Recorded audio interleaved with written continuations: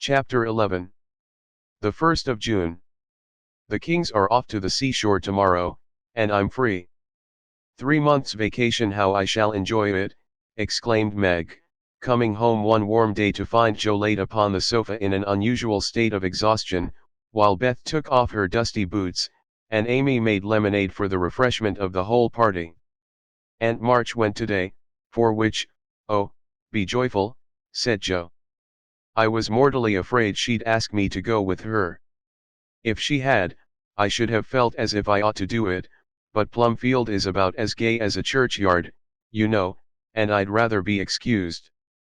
We had a flurry getting the old lady off, and I had a fright every time she spoke to me, for I was in such a hurry to be through that I was uncommonly helpful and sweet, and feared she'd find it impossible to part from me.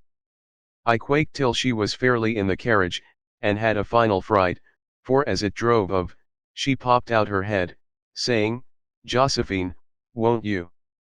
I didn't hear any more, for I basely turned and fled. I did actually run, and whisked round the corner where I felt safe. Poor old Joe. She came in looking as if bears were after her, said Beth, as she cuddled her sister's feet with a motherly air. Aunt March is a regular sampire, is she not? Observed Amy, tasting her mixture critically. She means vampire, not seaweed, but it doesn't matter. It's too warm to be particular about one's parts of speech, murmured Joe. What shall you do all your vacation? Asked Amy, changing the subject with tact. I shall lie abed late, and do nothing, replied Meg, from the depths of the rocking chair. I've been rooted up early all winter and had to spend my days working for other people, so now I'm going to rest and revel to my heart's content. No, said Joe, that dozy way wouldn't suit me. I've laid in a heap of books, and I'm going to improve my shining hours reading on my perch in the old apple tree, when I'm not having L. Don't say larks, implored Amy, as a return snub for the sampire correction. I'll say nightingales then, with Laurie. That's proper and appropriate, since he's a warbler. Don't let us do any lessons, Beth, for a while, but play all the time and rest, as the girls mean to, proposed Amy. Well, I will, if Mother doesn't mind. I want to learn some new songs, and my children need fitting up for the summer. They are dreadfully out of order and really suffering for clothes. May we, Mother? Asked Meg, turning to Mrs. March, who sat sewing in what they called Marmie's corner. You may try your experiment for a week and see how you like it. I think by Saturday night you will find that all play and no work is as bad as all work and no play. Oh, dear, no. It will be delicious, I'm sure, said Meg complacently. I now propose a toast, as my friend and partner, Sari Gamp, says. Fun forever, and no grubbing, cried Joe, rising, glass in hand, as the lemonade went round. They all drank it merrily, and began the experiment by lounging for the rest of the day. Next morning, Meg did not appear till 10 o'clock. Her solitary breakfast did not taste nice, and the room seemed lonely and untidy, for Joe had not filled the vases, Beth had not dusted, and Amy's books lay scattered about. Nothing was neat and pleasant but Marmie's corner, which looked as usual. And there Meg sat, to rest and read, which meant to yawn and imagine what pretty summer dresses she would get with her salary. Joe spent the morning on the river with Laurie and the afternoon reading and crying over the wide, wide world, up in the apple tree. Beth began by rummaging everything out of the big closet where her family resided, but getting tired before half done, she left her establishment topsy-turvy and went to her music, rejoicing that she had no dishes to wash.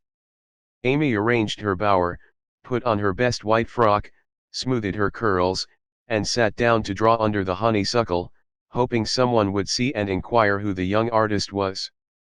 As no one appeared but an inquisitive Dad Longlegs, who examined her work with interest, she went to walk, got caught in a shower, and came home dripping.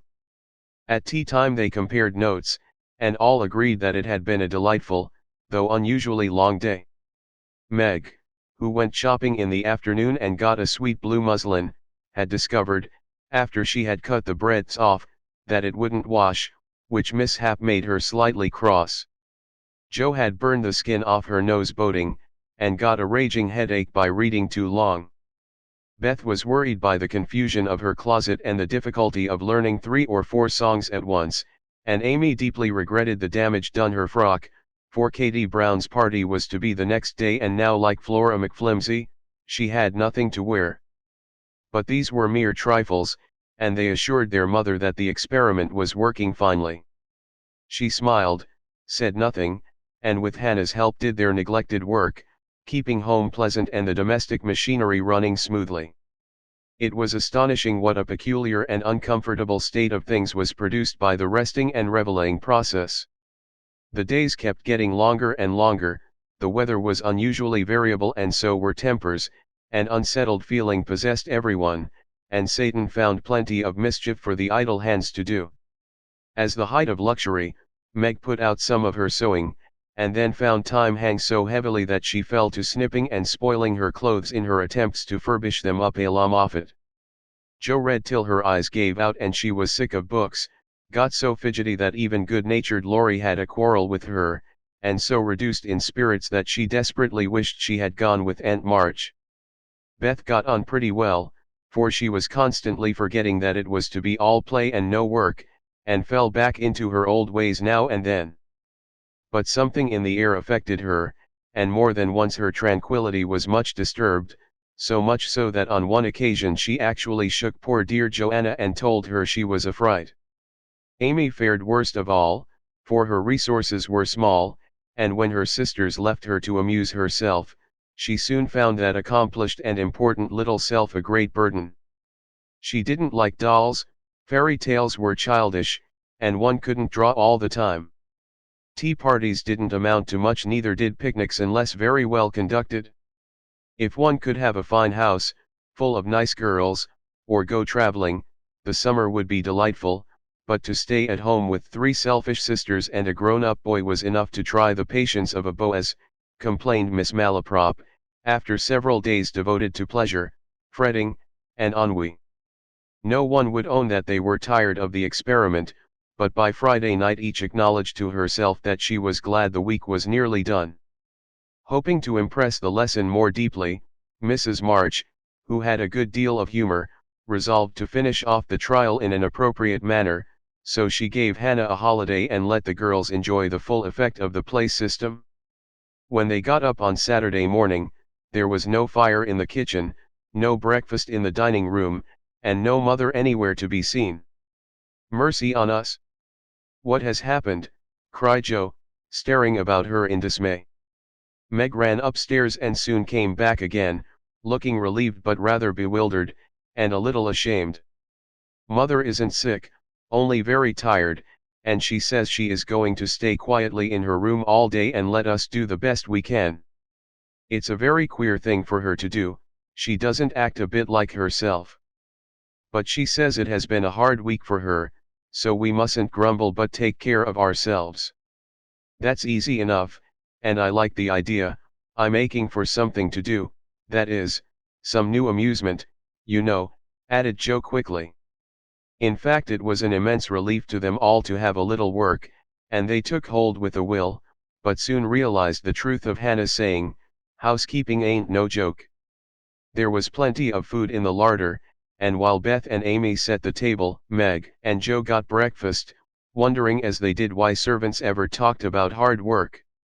"I shall take some up to Mother, though she said we were not to think of her, for she'd take care of herself," said Meg, who presided and felt quite matronly behind the teapot. So a tray was fitted out before anyone began, and taken up with the cook's compliments. The boiled tea was very bitter, the omelette scorched, and the biscuits speckled with sale radus, but Mrs. March received her repast with thanks and laughed heartily over it after Jo was gone. "Poor little souls, they will have a hard time, I'm afraid, but they won't suffer, and it will do them good," she said, producing the more palatable viands with which she had provided herself, and disposing of the bad breakfast, so that their feelings might not be hurt, a motherly little deception for which they were grateful. Many were the complaints below, and great the chagrin of the head cook at her failures. "Never mind, I'll get the dinner and be servant, you be mistress, keep your hands nice, see company, and give orders," said Joe, who knew still less than Meg about culinary affairs. This obliging offer was gladly accepted, and Margaret retired to the parlor, which she hastily put in order by whisking the litter under the sofa and shutting the blinds to save the trouble of dusting. Joe, with perfect faith in her own powers and a friendly desire to make up the quarrel, immediately put a note in the office, inviting Laurie to dinner. "You'd better see what you have got before you think of having company," said Meg, when informed of the hospitable but rash act. "Oh, there's corned beef and plenty of potatoes, and I shall get some asparagus and a lobster, for a relish, as Hannah says. We'll have lettuce and make a salad. I don't know how, but the book tells. I'll have blancmange and strawberries for dessert, and coffee too, if you want to be elegant. Don't try too many messes, Joe, for you can't make anything but gingerbread and molasses candy fit to eat. I wash my hands of the dinner party, and since you have asked Laurie on your own responsibility, you may just take care of him. I don't want you to do anything but be civil to him and help to the pudding. You'll give me your advice if I get in a muddle, won't you?" asked Joe, rather hurt. "Yes, but I don't know much, except about bread and a few trifles." "You had better ask mother's leave before you order anything," returned Meg prudently. "Of course I shall. I'm not a fool." And Joe went off in a huff at the doubts expressed of her powers. "Get what you like, and don't disturb me. I'm going out to dinner and can't worry about things at home," said Mrs. March, when Joe spoke to her. "I never enjoyed housekeeping, and I'm going to take a vacation today, and read, write, go visiting, and amuse myself." The unusual spectacle of her busy mother rocking comfortably and reading early in the morning made Joe feel as if some unnatural phenomenon had occurred, for an eclipse, an earthquake, or a volcanic eruption would hardly have seemed stranger. "Everything is out of sorts, somehow," she said to herself, going downstairs. "There's Beth crying, that's a sure sign that something is wrong in this family. If Amy is bothering, I'll shake her." Feeling very much out of sorts herself, Joe hurried into the parlor to find Beth sobbing over Pip, the canary, who lay dead in the cage with his little claws pathetically extended, as if imploring the food for want of which he had died. "It's all my fault, I forgot him, there isn't a seed or a drop left. Oh, Pip! Oh, Pip! How could I be so cruel to you?" cried Beth, taking the poor thing in her hands and trying to restore him. Joe peeped into his half-open eye, felt his little heart, and finding him stiff and cold, shook her head, and offered her domino box for a coffin. "Put him in the oven, and maybe his will get warm and revive," said Amy hopefully. "He's been starved, and he shan't be baked now he's dead. I'll make him a shroud, and he shall be buried in the garden, and I'll never have another bird, never, my Pip. For I am too bad to own one," murmured Beth, sitting on the floor with her pet folded in her hands. "The funeral shall be this afternoon, and we will all go. Now, don't cry, Bethy. It's a pity, but nothing goes right this week, and Pip has had the worst of the experiment. Make the shroud, and lay him in my box, and after the dinner party, we'll have a nice little funeral," said Joe, beginning to feel as if she had undertaken a good deal. Leaving the others to console Beth, she departed to the kitchen, which was in a most discouraging state of confusion. Putting on a big apron, she fell to work and got the dishes piled up ready for washing, when she discovered that the fire was out. "Here's a sweet prospect," muttered Joe, slamming the stove door open, and poking vigorously among the cinders. Having rekindled the fire, she thought she would go to market while the water heated. The walk revived her spirits, and flattering herself that she had made good bargains, she trudged home again, after buying a very young lobster, some very old asparagus, and 2 boxes of acid strawberries. By the time she got cleared up, the dinner arrived and the stove was red hot. Hannah had left a pan of bread to rise. Meg had worked it up early, set it on the hearth for a second rising, and forgotten it. Meg was entertaining Sally Gardner in the parlor, when the door flew open and a floury, crocky, flushed, and disheveled figure appeared, demanding tartly, "I say, isn't bread ris enough when it runs over the pans?" Sally began to laugh, but Meg nodded and lifted her eyebrows as high as they would go, which caused the apparition to vanish and put the sour bread into the oven without further delay. Mrs. March went out, after peeping here and there to see how matters went, also saying a word of comfort to Beth, who sat making a winding sheet, while the dear departed lay in state in the domino box. A strange sense of helplessness fell upon the girls as the grey bonnet vanished round the corner, and despair seized them when a few minutes later Miss Crocker appeared, and said she'd come to dinner. Now this lady was a thin, yellow spinster, with a sharp nose and inquisitive eyes, who saw everything and gossiped about all she saw. They disliked her, but had been taught to be kind to her, simply because she was old and poor and had few friends. So Meg gave her the easy chair and tried to entertain her, while she asked questions, criticized everything, and told stories of the people whom she knew. Language cannot describe the anxieties, experiences, and exertions which Jo underwent that morning, and the dinner she served up became a standing joke. Fearing to ask any more advice, she did her best alone, and discovered that something more than energy and goodwill is necessary to make a cook. She boiled the asparagus for an hour and was grieved to find the heads cooked off and the stalks harder than ever. The bread burned black, for the salad dressing so aggravated her that she could not make it fit to eat.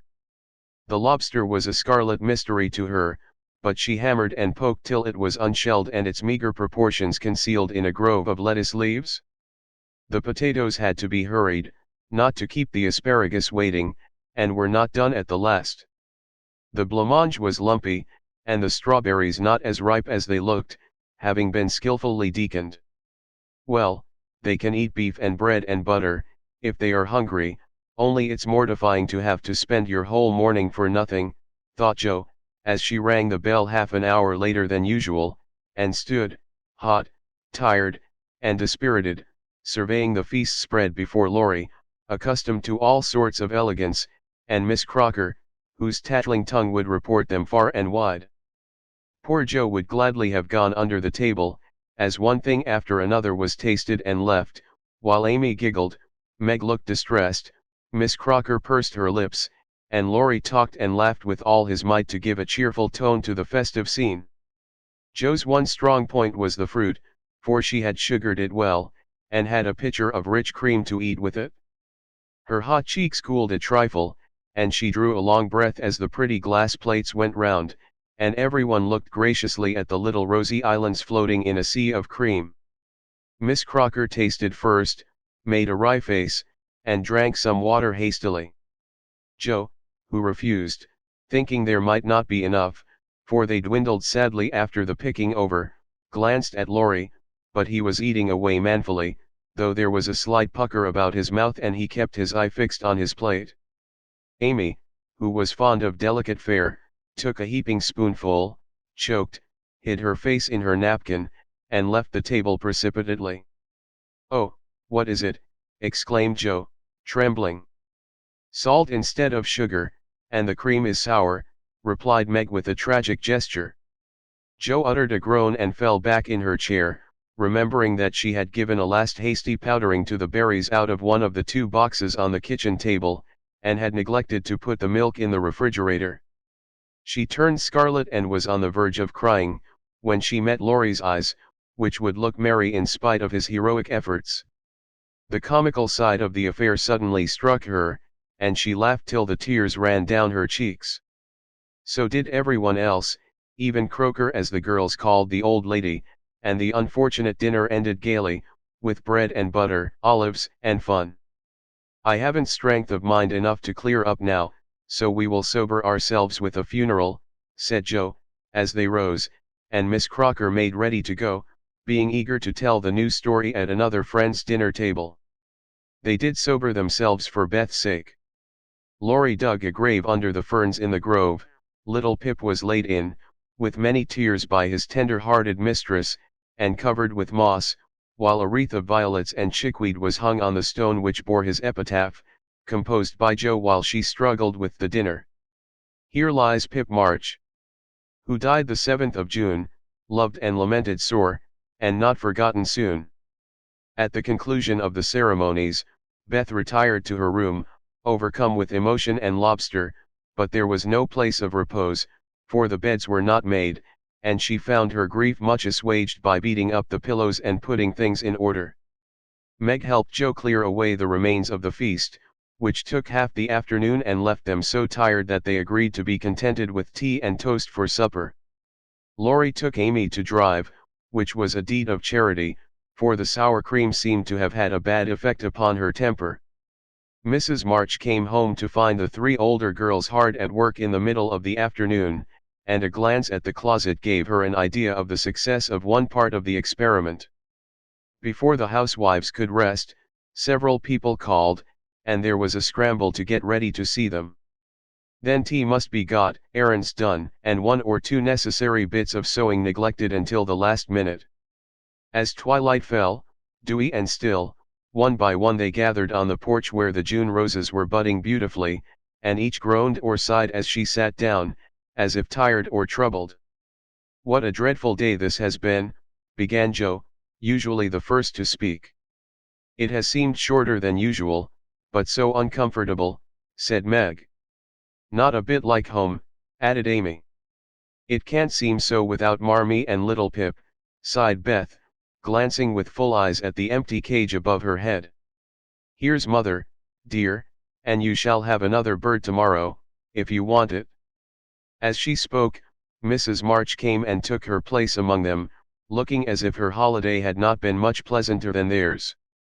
"Are you satisfied with your experiment, girls, or do you want another week of it?"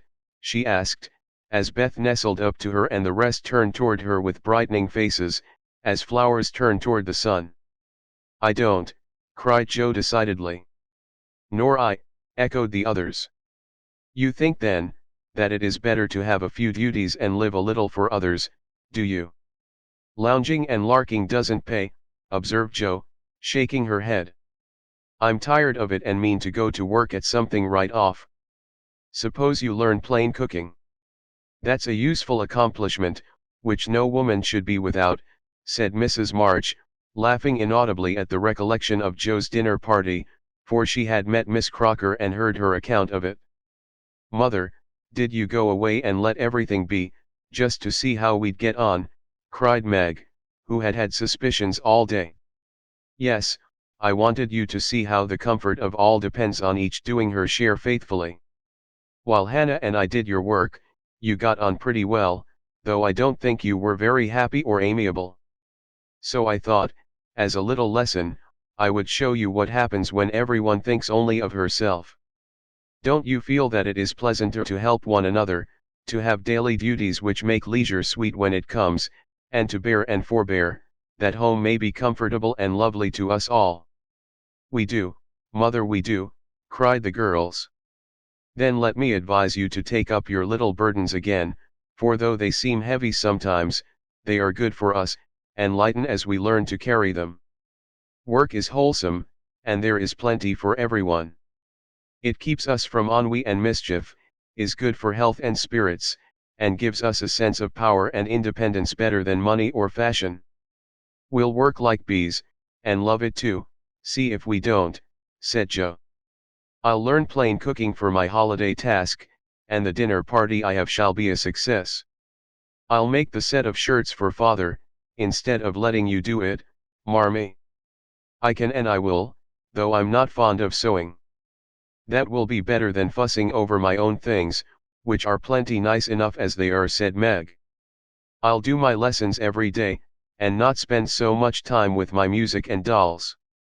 I am a stupid thing, and ought to be studying, not playing," was Beth's resolution, while Amy followed their example by heroically declaring, "I shall learn to make buttonholes, and attend to my parts of speech." "Very good. Then I am quite satisfied with the experiment, and fancy that we shall not have to repeat it, only don't go to the other extreme and delve like slaves. Have regular hours for work and play, make each day both useful and pleasant, and prove that you understand the worth of time by employing it well. Then youth will be delightful, old age will bring few regrets, and life become a beautiful success, in spite of poverty. We'll remember, mother. And they did. Chapter 12. Beth was postmistress, for, being most at home, she could attend to it regularly, and dearly liked the daily task of unlocking the little door and distributing the mail. One July day she came in with her hands full, and went about the house leaving letters and parcels like the penny post. "Here's your posy, mother. Laurie never forgets that," she said, putting the fresh nosegay in the vase that stood in Marmie's corner, and was kept supplied by the affectionate boy. "Miss Meg March, one letter and a glove," continued Beth, delivering the articles to her sister, who sat near her mother, stitching wristbands. "Why, I left a pair over there, and here is only one," said Meg, looking at the grey cotton glove. "Didn't you drop the other in the garden?" "No, I'm sure I didn't, for there was only one in the office. I hate to have odd gloves." "Never mind, the other may be found. My letter is only a translation of the German song I wanted. I think Mr. Brooke did it, for this isn't Laurie's writing." Mrs. March glanced at Meg, who was looking very pretty in her gingham morning gown, with the little curls blowing about her forehead, and very womanly, as she sat sewing at her little work table, full of tidy white rolls, so unconscious of the thought in her mother's mind as she sewed and sang, while her fingers flew and her thoughts were busied with girlish fancies as innocent and fresh as the pansies in her belt, that Mrs. March smiled and was satisfied. "2 letters for Dr. Joe, a book and a funny old hat, which covered the whole post office and stuck outside," said Beth, laughing as she went into the study where Joe sat writing. "What a sly fellow Laurie is. I said I wished bigger hats were the fashion, because I burn my face every hot day. He said, 'Why mind the fashion? Wear a big hat, and be comfortable.' I said I would if I had one, and he has sent me this to try me. I'll wear it for fun, and show him I don't care for the fashion." And hanging the antique broad brim on a bust of Plato, Joe read her letters.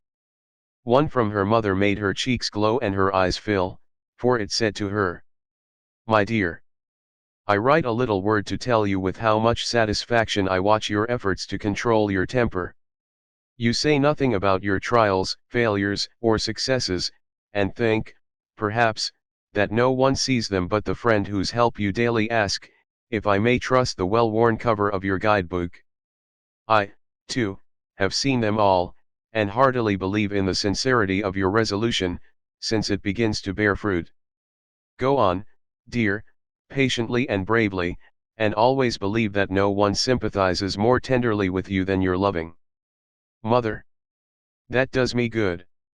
That's worth millions of money and pecks of praise.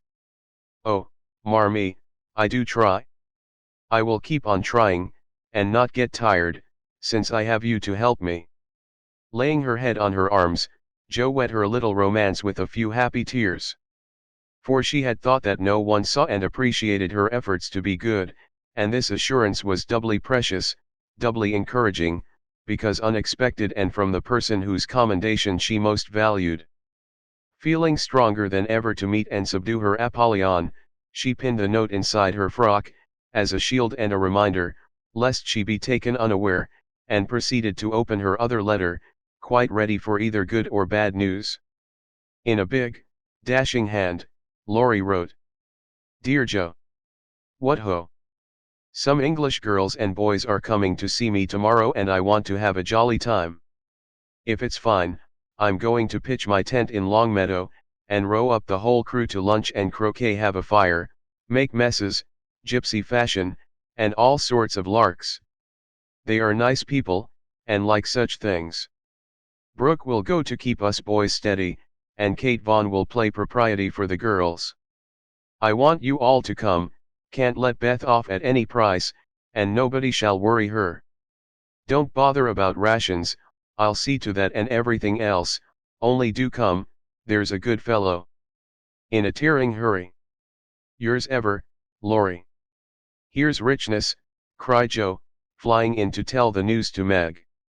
Of course we can go, mother. It will be such a help to Laurie, for I can row, and Meg see to the lunch, and the children be useful in some way. I hope the Vaughns are not fine grown-up people. Do you know anything about them, Joe? Asked Meg. Only that there are 4 of them. Kate is older than you, Fred and Frank, twins, about my age, and a little girl, Grace, who is 9 or 10. Laurie knew them abroad, and liked the boys. I fancied, from the way he primed up his mouth in speaking of her, that he didn't admire Kate much. I'm so glad my French print is clean, it's just the thing and so becoming, observed Meg complacently. Have you anything decent, Joe? Scarlet and grey boating suit, good enough for me. I shall row and tramp about, so I don't want any starch to think of. You'll come, Betty. If you won't let any boys talk to me. Not a boy. I like to please Laurie, and I'm not afraid of Mr. Brooke, he is so kind. But I don't want to play, or sing, or say anything. I'll work hard and not trouble anyone, and you'll take care of me, Joe, so I'll go. That's my good girl. You do try to fight off your shyness, and I love you for it. Fighting faults isn't easy, as I know, and a cheery word kind of gives a lift. Thank you, Mother, and Joe gave the thin cheek a grateful kiss, more precious to Mrs. March than if it had given back the rosy roundness of her youth. I had a box of chocolate drops, and the picture I wanted to copy, said Amy, showing her mail. And I got a note from Mr. Lawrence, asking me to come over and play to him tonight, before the lamps are lighted, and I shall go, added Beth, whose friendship with the old gentleman prospered finely. Now let's fly round, and do double duty today, so that we can play tomorrow with free minds, said Joe, preparing to replace her pen with a broom. When the sun peeped into the girls' room early next morning to promise them a fine day, he saw a comical sight. Each had made such preparation for the fete as seemed necessary and proper. Meg had an extra row of little curl papers across her forehead, Joe had copiously anointed her afflicted face with cold cream, Beth had taken Joanna to bed with her to atone for the approaching separation, and Amy had capped the climax by putting a coal thespin on her nose to uplift the offending feature. It was one of the kind artists used to hold the paper on their drawing boards, therefore quite appropriate and effective for the purpose it was now being put. This funny spectacle appeared to amuse the son, for he burst out with such radiance that Joe woke up and roused her sisters by a hearty laugh at Amy's ornament. Sunshine and laughter were good omens for a pleasure party, and soon a lively bustle began in both houses. Beth, who was ready first, kept reporting what went on next door, and enlivened her sisters' toilets by frequent telegrams from the window. There goes the man with the tent. I see Mrs. Barker doing up the lunch in a hamper and a great basket. Now Mr. Lawrence is looking up at the sky and the weathercock. I wish he would go too. There's Laurie, looking like a sailor, nice boy. Oh, mercy me. Here's a carriage full of people, a tall lady, a little girl, and 2 dreadful boys. One is lame, poor thing, he's got a crutch. Laurie didn't tell us that. Be quick, girls. It's getting late. Why, there is Ned Moffat, I do declare. Meg, isn't that the man who bowed to you one day when we were shopping? So it is. How queer that he should come. I thought he was at the mountains. There is Sally. I'm glad she got back in time. Am I all right, Joe? Cried Meg in a flutter. A regular daisy. Hold up your dress and put your hat on straight, it looks sentimental tipped that way and will fly off at the first puff. Now then, come on. Oh, Joe, you are not going to wear that awful hat? It's too absurd. You shall not make a guy of yourself, remonstrated Meg, as Joe tied down with a red ribbon the broad-brimmed, old-fashioned leghorn Laurie had sent for a joke. "I just will, though, for it's capital, so shady, light, and big. It will make fun, and I don't mind being a guy if I'm comfortable." With that Joe marched straight away and the rest followed, a bright little band of sisters, all looking their best in summer suits, with happy faces under the jaunty hat brims. Laurie ran to meet and present them to his friends in the most cordial manner. The lawn was the reception room, and for several minutes a lively scene was enacted there. Meg was grateful to see that Miss Kate, though 20, was dressed with a simplicity which American girls would do well to imitate, and who was much flattered by Mr. Ned's assurances that he came especially to see her. Joe understood why Laurie primed up his mouth when speaking of Kate, for that young lady had a stand-off don't touch me air, which contrasted strongly with the free and easy demeanor of the other girls. Beth took an observation of the new boys and decided that the lame one was not dreadful, but gentle and feeble, and she would be kind to him on that account. Amy found Grace a well-mannered, merry, little person, and after staring dumbly at one another for a few minutes, they suddenly became very good friends. Tents, lunch, and croquet utensils having been sent on beforehand, the party was soon embarked, and the two boats pushed off together, leaving Mr. Lawrence waving his hat on the shore. Laurie and Joe rowed one boat, Mr. Brooke and Ned the other, while Fred Vaughn, the riotous twin, did his best to upset both by paddling about in a wherry like a disturbed water bug. Joe's funny hat deserved a vote of thanks, for it was of general utility. It broke the ice in the beginning by producing a laugh, it created quite a refreshing breeze, flapping to and fro as she rowed, and would make an excellent umbrella for the whole party, if a shower came up, she said. Miss Kate decided that she was odd, but rather clever, and smiled upon her from afar.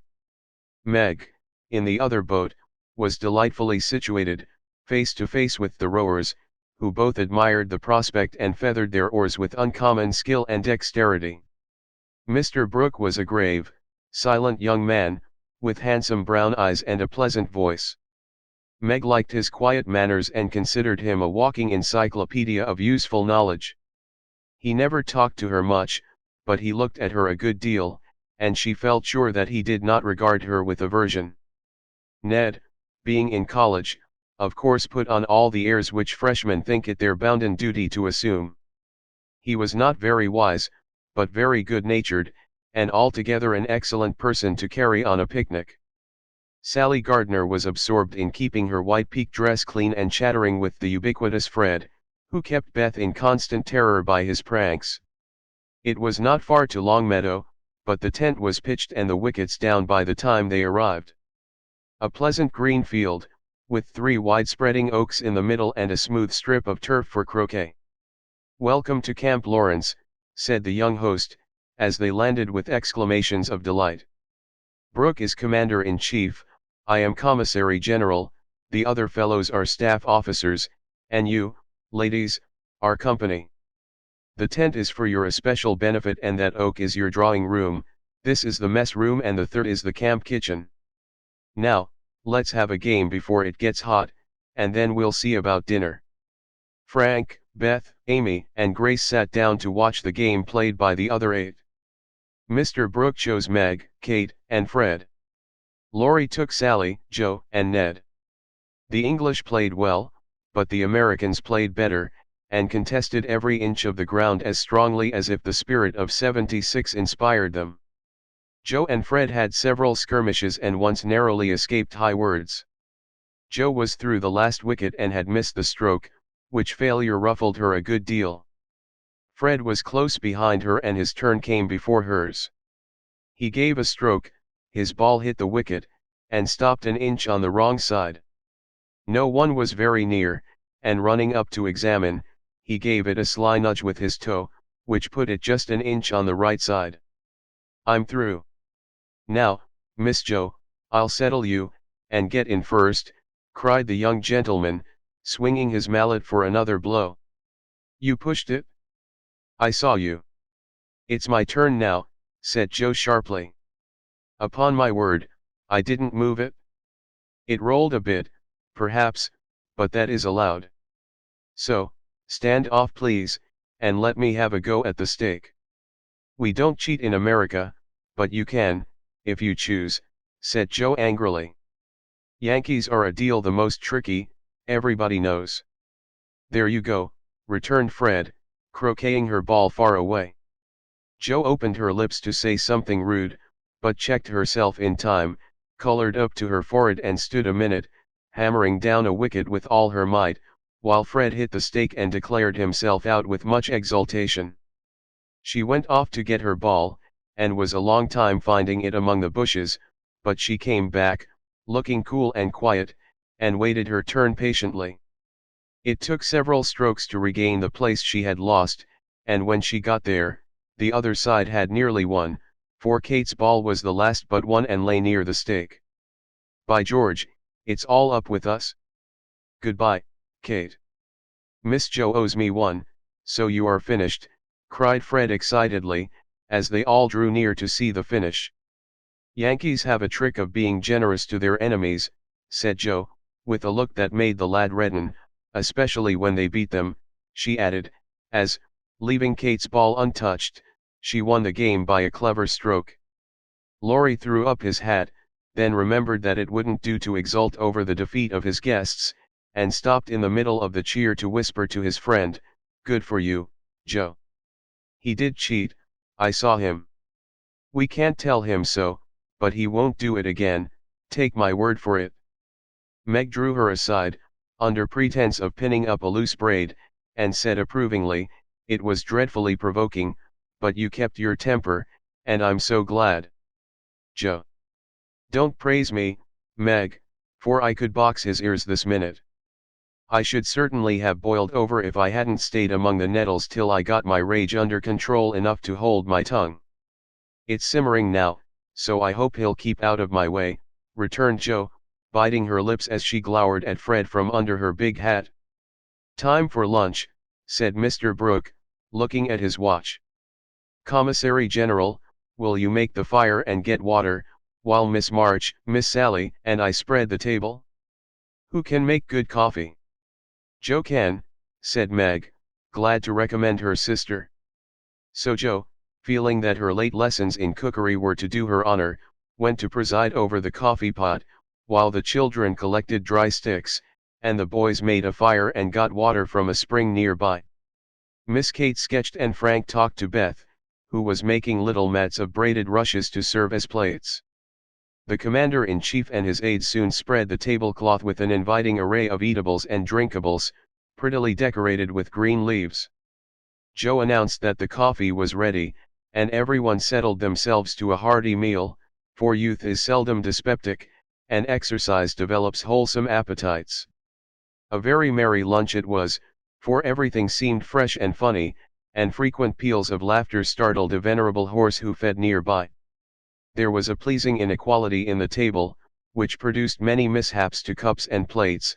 Acorns dropped in the milk, little black ants partook of the refreshments without being invited, and fuzzy caterpillars swung down from the tree to see what was going on. 3 white-headed children peeped over the fence, and an objectionable dog barked at them from the other side of the river with all his might and main. "There's salt here," said Laurie, as he handed Joe a saucer of berries. "Thank you, I prefer spiders," she replied, fishing up 2 unwary little ones who had gone to a creamy death. "How dare you remind me of that horrid dinner party, when yours is so nice in every way," added Joe, as they both laughed and ate out of one plate, the china having run short. "I had an uncommonly good time that day, and haven't got over it yet. This is no credit to me, you know, I don't do anything. It's you and Meg and Brooke who make it all go, and I'm no end obliged to you." "What shall we do when we can't eat any more?" asked Laurie, feeling that his trump card had been played when lunch was over. "Have games till it's cooler. I brought authors, and I dare say Miss Kate knows something new and nice. Go and ask her. She's company, and you ought to stay with her more. Aren't you company too? I thought she'd suit Brooke, but he keeps talking to Meg, and Kate just stares at them through that ridiculous glass of hers." I'm going, so you needn't try to preach propriety, for you can't do it, Joe. Miss Kate did know several new games, and as the girls would not, and the boys could not, eat any more, they all adjourned to the drawing room to play rigmarole. One person begins a story, any nonsense you like, and tells as long as he pleases, only taking care to stop short at some exciting point, when the next takes it up and does the same. It's very funny when well done, and makes a perfect jumble of tragical comical stuff to laugh over. Please start it, Mr. Brooke, said Kate, with a commanding air, which surprised Meg, who treated the tutor with as much respect as any other gentleman. Lying on the grass at the feet of the two young ladies, Mr. Brooke obediently began the story, with the handsome brown eyes steadily fixed upon the sunshiny river. Once on a time, a knight went out into the world to seek his fortune, for he had nothing but his sword and his shield. He travelled a long while, nearly 28 years, and had a hard time of it, till he came to the palace of a good old king, who had offered a reward to anyone who could tame and train a fine but unbroken colt, of which he was very fond. The knight agreed to try, and got on slowly but surely, for the colt was a gallant fellow, and soon learned to love his new master, though he was freakish and wild. Every day, when he gave his lessons to this pet of the king's, the knight rode him through the city, and as he rode, he looked everywhere for a certain beautiful face, which he had seen many times in his dreams, but never found. One day, as he went prancing down a quiet street, he saw at the window of a ruinous castle the lovely face.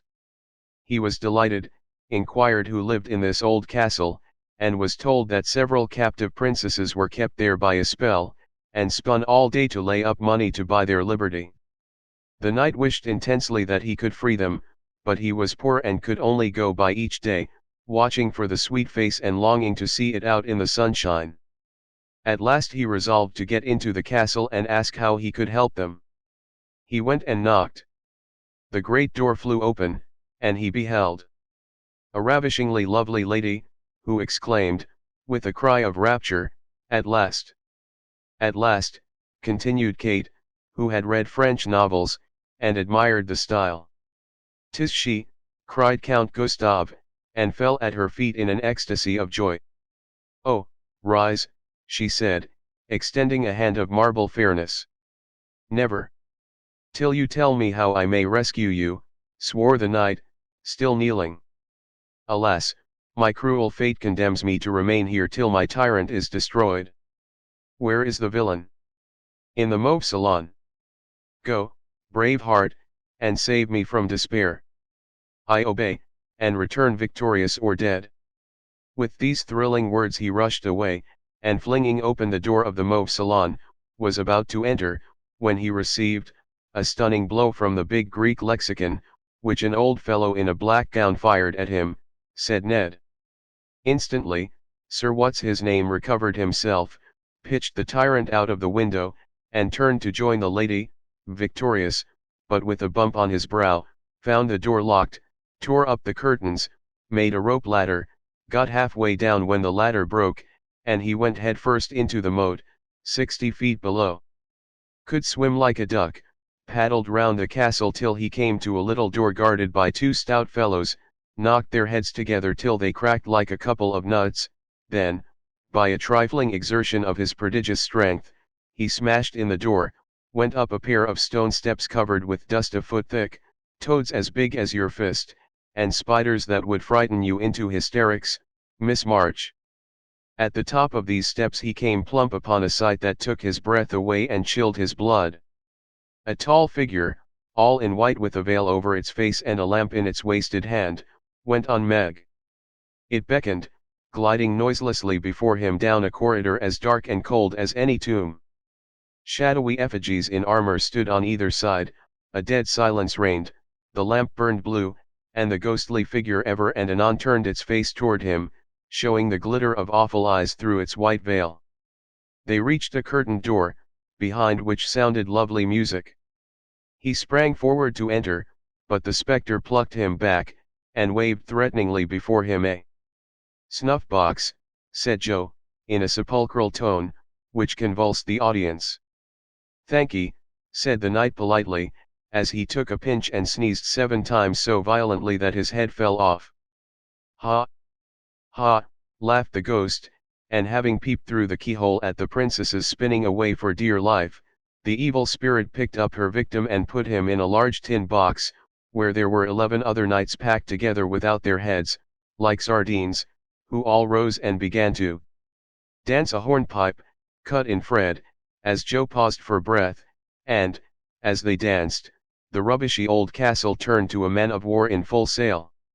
Up with the jib, reef the topsail halyards, helm hard alee, and man the guns, roared the captain, as a Portuguese pirate hove in sight, with a flag black as ink flying from her foremast. Go in and win, my hearties, says the captain, and a tremendous fight began. Of course the British beat, they always do. No, they don't, cried Joe, aside. Having taken the pirate captain prisoner, sailed slap over the schooner, whose decks were piled high with dead and whose lee scuppers ran blood, for the order had been cutlasses, and die hard. Boatswain's mate, take a bite of the flying jib sheet, and start this villain if he doesn't confess his sins double quick, said the British captain. The Portuguese held his tongue like a brick, and walked the plank, while the jolly tars cheered like mad. But the sly dog dived, came up under the man of war, scuttled her, and down she went, with all sail set, to the bottom of the sea, where, oh, gracious! What shall I say, cried Sally, as Fred ended his rigmarole, in which he had jumbled together pell-mell nautical phrases and facts out of one of his favorite books.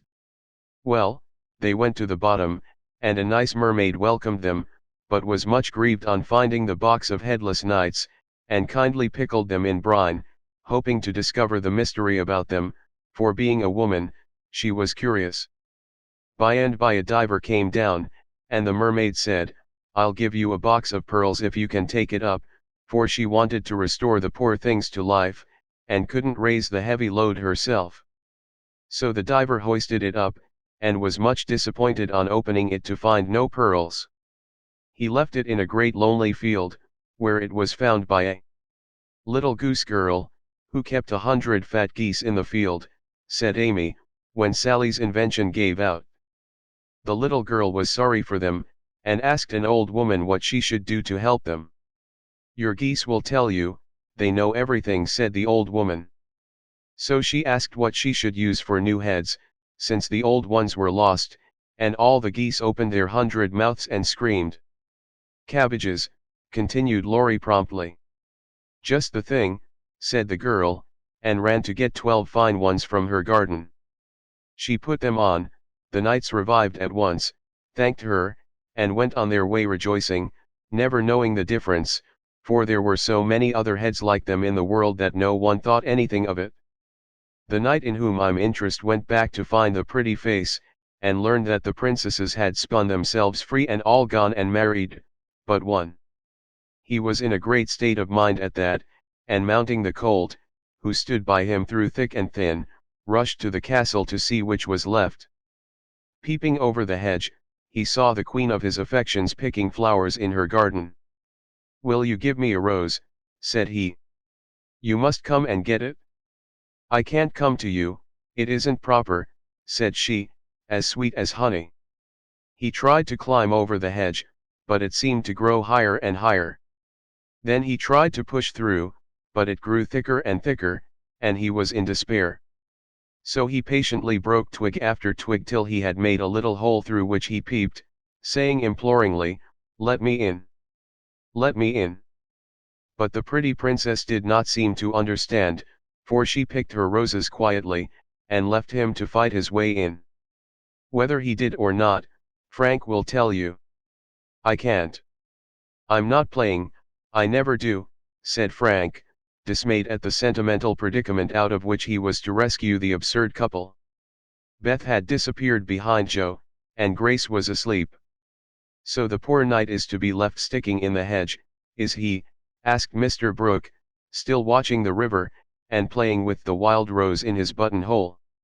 I guess the princess gave him a posy, and opened the gate after a while, said Laurie, smiling to himself, as he threw acorns at his tutor. What a piece of nonsense we have made. With practice we might do something quite clever. Do you know Truth? I hope so, said Meg soberly. The game, I mean.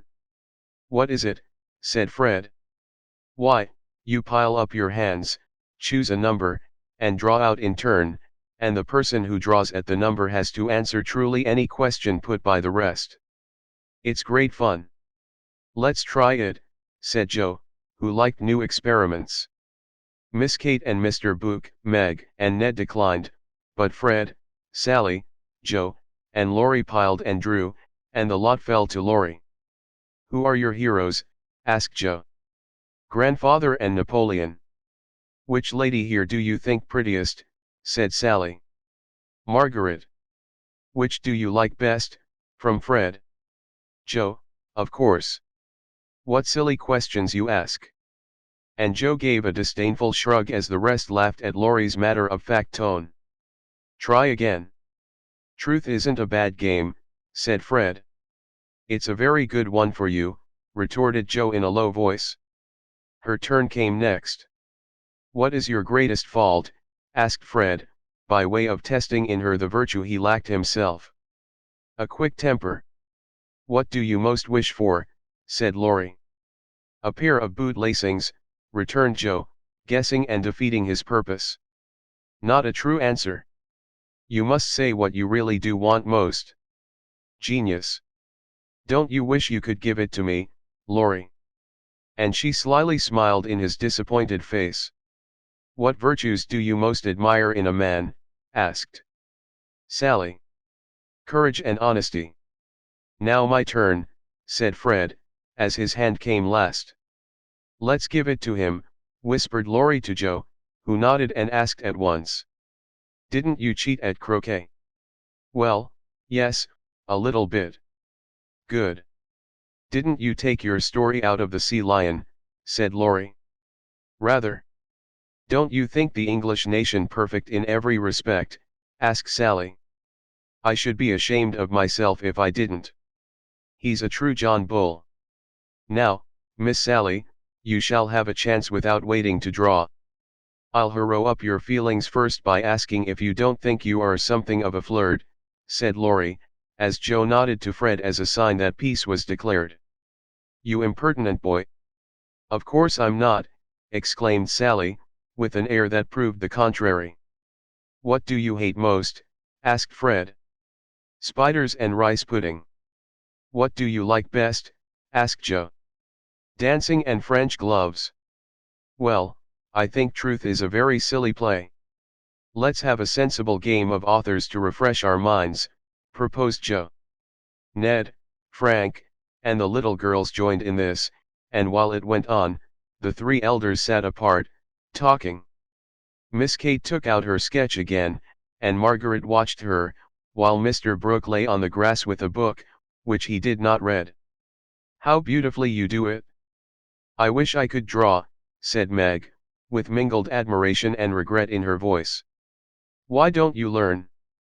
I should think you had taste and talent for it, replied Miss Kate graciously. I haven't time. Your mamma prefers other accomplishments, I fancy. So did mine, but I proved to her that I had talent by taking a few lessons privately, and then she was quite willing I should go on. Can't you do the same with your governess? I have none. I forgot young ladies in America go to school more than with us. Very fine schools they are, too, Papa says. You go to a private one, I suppose. I don't go at all. I am a governess myself. Oh indeed, said Miss Kate, but she might as well have said, dear me, how dreadful, for her tone implied it, and something in her face made Meg color, and wished she had not been so frank. Mr. Brooke looked up and said quickly, young ladies in America love independence as much as their ancestors did, and are admired and respected for supporting themselves. Oh, yes, of course it's very nice and proper in them to do so.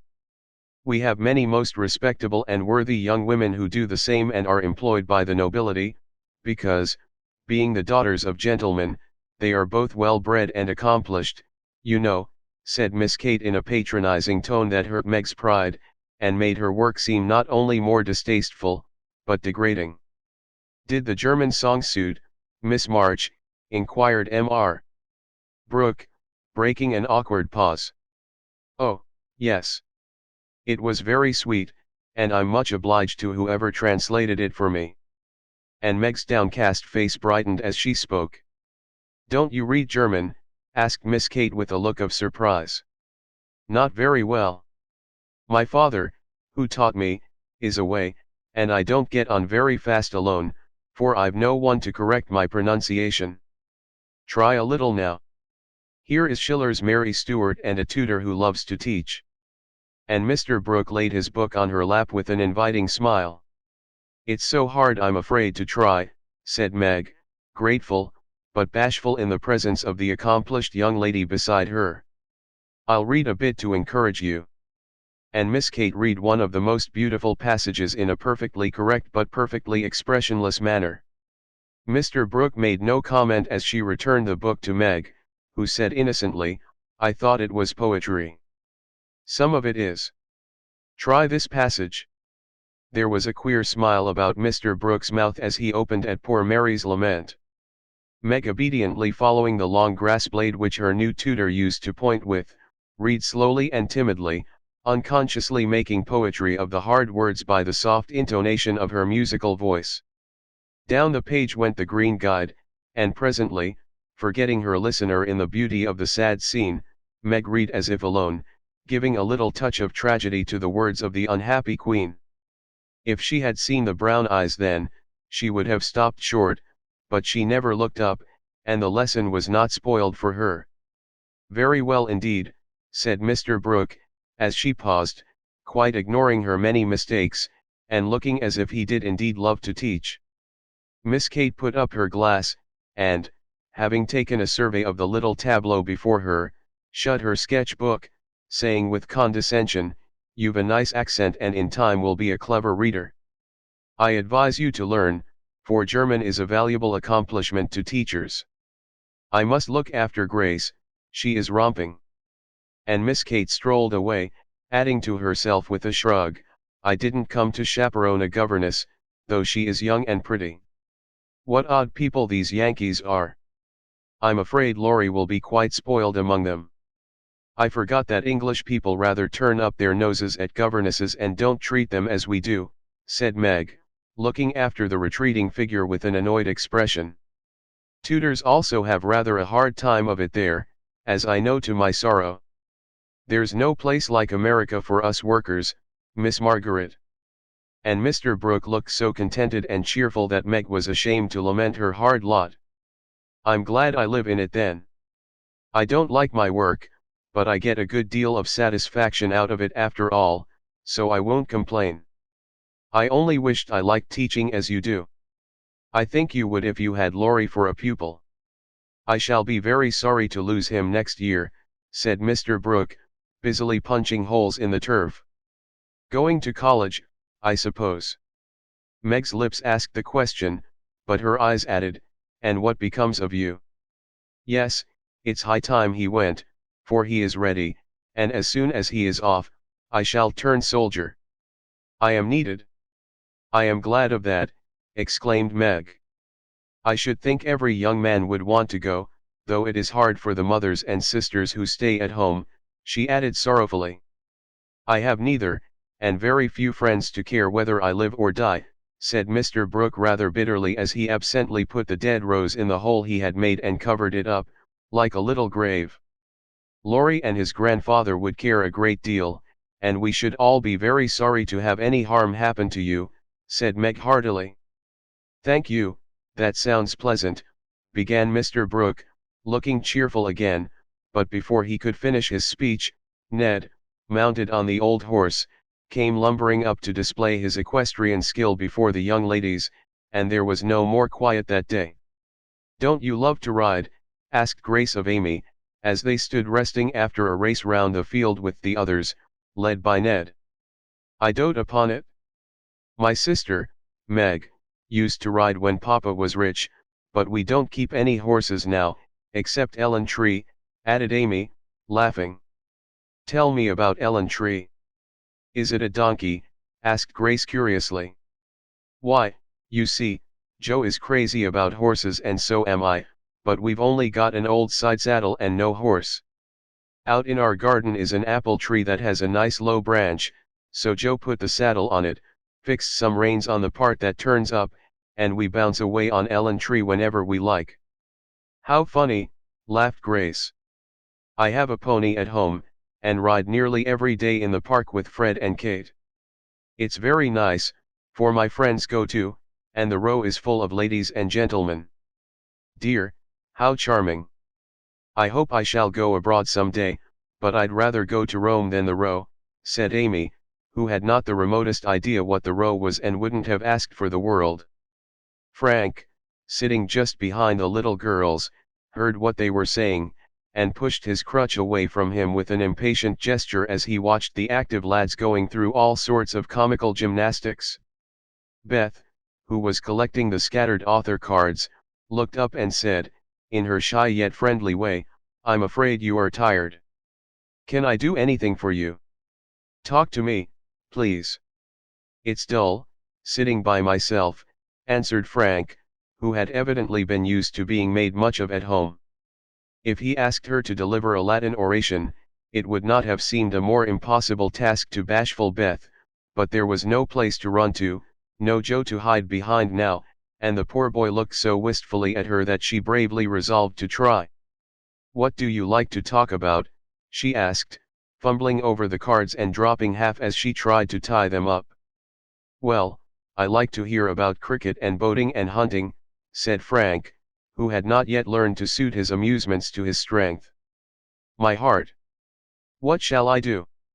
I don't know anything about them, thought Beth, and forgetting the boy's misfortune in her flurry, she said, hoping to make him talk, I never saw any hunting, but I suppose you know all about it. I did once, but I can never hunt again, for I got hurt leaping a confounded 5-barred gate, so there are no more horses and hounds for me, said Frank with a sigh that made Beth hate herself for her innocent blunder. Your deer are much prettier than our ugly buffaloes, she said, turning to the prairies for help and feeling glad that she had read one of the boys' books in which Joe delighted. Buffaloes proved soothing and satisfactory, and in her eagerness to amuse another, Beth forgot herself, and was quite unconscious of her sister's surprise and delight at the unusual spectacle of Beth talking away to one of the dreadful boys, against whom she had begged protection. Bless her heart! She pities him, so she is good to him, Joe, beaming at her from the croquet ground. I always said she was a little saint, added Meg, as if there could be no further doubt of it. I haven't heard Frank laugh so much for ever so long, said Grace to Amy, as they sat discussing dolls and making tea sets out of the acorn cups. My sister Beth is a very fastidious girl, when she likes to be, said Amy, well pleased at Beth's success. She meant fascinating, but as Grace didn't know the exact meaning of either word, fastidious sounded well and made a good impression. An impromptu circus, fox and geese, and an amicable game of croquet finished the afternoon. At sunset the tent was struck, hampers packed, wickets pulled up, boats loaded, and the whole party floated down the river, singing at the tops of their voices. Ned, getting sentimental, warbled a serenade with the pensive refrain. Alone, alone, ah, whoa, alone, and at the lines. We each are young, we each have a heart, oh, why should we stand thus coldly apart? He looked at Meg with such a lackadaisical expression that she laughed outright and spoiled his song.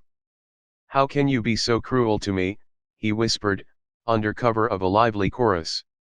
You've kept close to that starched-up Englishwoman all day, and now you snub me. I didn't mean to, but you looked so funny I really couldn't help it, replied Meg, passing over the first part of his reproach, for it was quite true that she had shunned him, remembering the Moffat party and the talk after it. Ned was offended and turned to Sally for consolation, saying to her rather pettishly, there isn't a bit of flirt in that girl, is there? Not a particle, but she's a dear, returned Sally, defending her friend even while confessing her shortcomings. "She's not a stricken deer anyway," said Ned, trying to be witty, and succeeding as well as very young gentlemen usually do. On the lawn where it had gathered, the little party separated with cordial goodnights and goodbyes, for the Vaughns were going to Canada. As the four sisters went home through the garden, Miss Kate looked after them, saying, without the patronizing tone in her voice, in spite of their demonstrative manners, "American girls are very nice when one knows them." "I quite agree with you," said Mr. Brooke. Chapter 13. Laurie lay luxuriously swinging to and fro in his hammock one warm September afternoon, wondering what his neighbors were about, but too lazy to go and find out. He was in one of his moods, for the day had been both unprofitable and unsatisfactory, and he was wishing he could live it over again. The hot weather made him indolent, and he had shirked his studies, tried Mr. Brooks' patience to the utmost, displeased his grandfather by practicing half the afternoon, frightened the maidservants half out of their wits by mischievously hinting that one of his dogs was going mad, and, after high words with the stableman about some fancied neglect of his horse, he had flung himself into his hammock to fume over the stupidity of the world in general, till the peace of the lovely day quieted him. In spite of himself. Staring up into the green gloom of the horse-chestnut trees above him, he dreamed dreams of all sorts, and was just imagining himself tossing on the ocean in a voyage round the world, when the sound of voices brought him ashore in a flash. Peeping through the meshes of the hammock, he saw the Marches coming out, as if bound on some expedition. "What in the world are those girls about now?" thought Laurie, opening his sleepy eyes to take a good look, for there was something rather peculiar in the appearance of his neighbors. Each wore a large, flapping hat, a brown linen pouch slung over one shoulder, and carried a long staff. Meg had a cushion, Joe a book, Beth a basket, and Amy a portfolio. All walked quietly through the garden, out at the little back gate, and began to climb the hill that lay between the house and river. "Well, that's cool," said Laurie to himself, "to have a picnic and never ask me. They can't be going in the boat, for they haven't got the key. Perhaps they forgot it? I'll take it to them, and see what's going on." Though possessed of half a dozen hats, it took him some time to find one. Then there was a hunt for the key, which was at last discovered in his pocket, so that the girls were quite out of sight when leaped the fence and ran after them. Taking the shortest way to the boathouse, he waited for them to appear, but no one came, and he went up the hill to take an observation. A grove of pines covered one part of it, and from the heart of this green spot came a clearer sound than the soft sigh of the pines or the drowsy chirp of the crickets. "Here's a landscape," thought Laurie, peeping through the bushes, and looking wide awake and good-natured already. It was a rather pretty little picture, for the sisters sat together in the shady nook, with sun and shadow flickering over them, the aromatic wind lifting their hair and cooling their hot cheeks, and all the little wood people going on with their affairs as if these were no strangers but old friends. Meg sat upon her cushion, sewing daintily with her white hands, and looking as fresh and sweet as a rose in her pink dress among the green.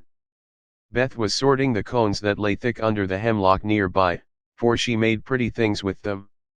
Amy was sketching a group of ferns, and Joe was knitting as she read aloud.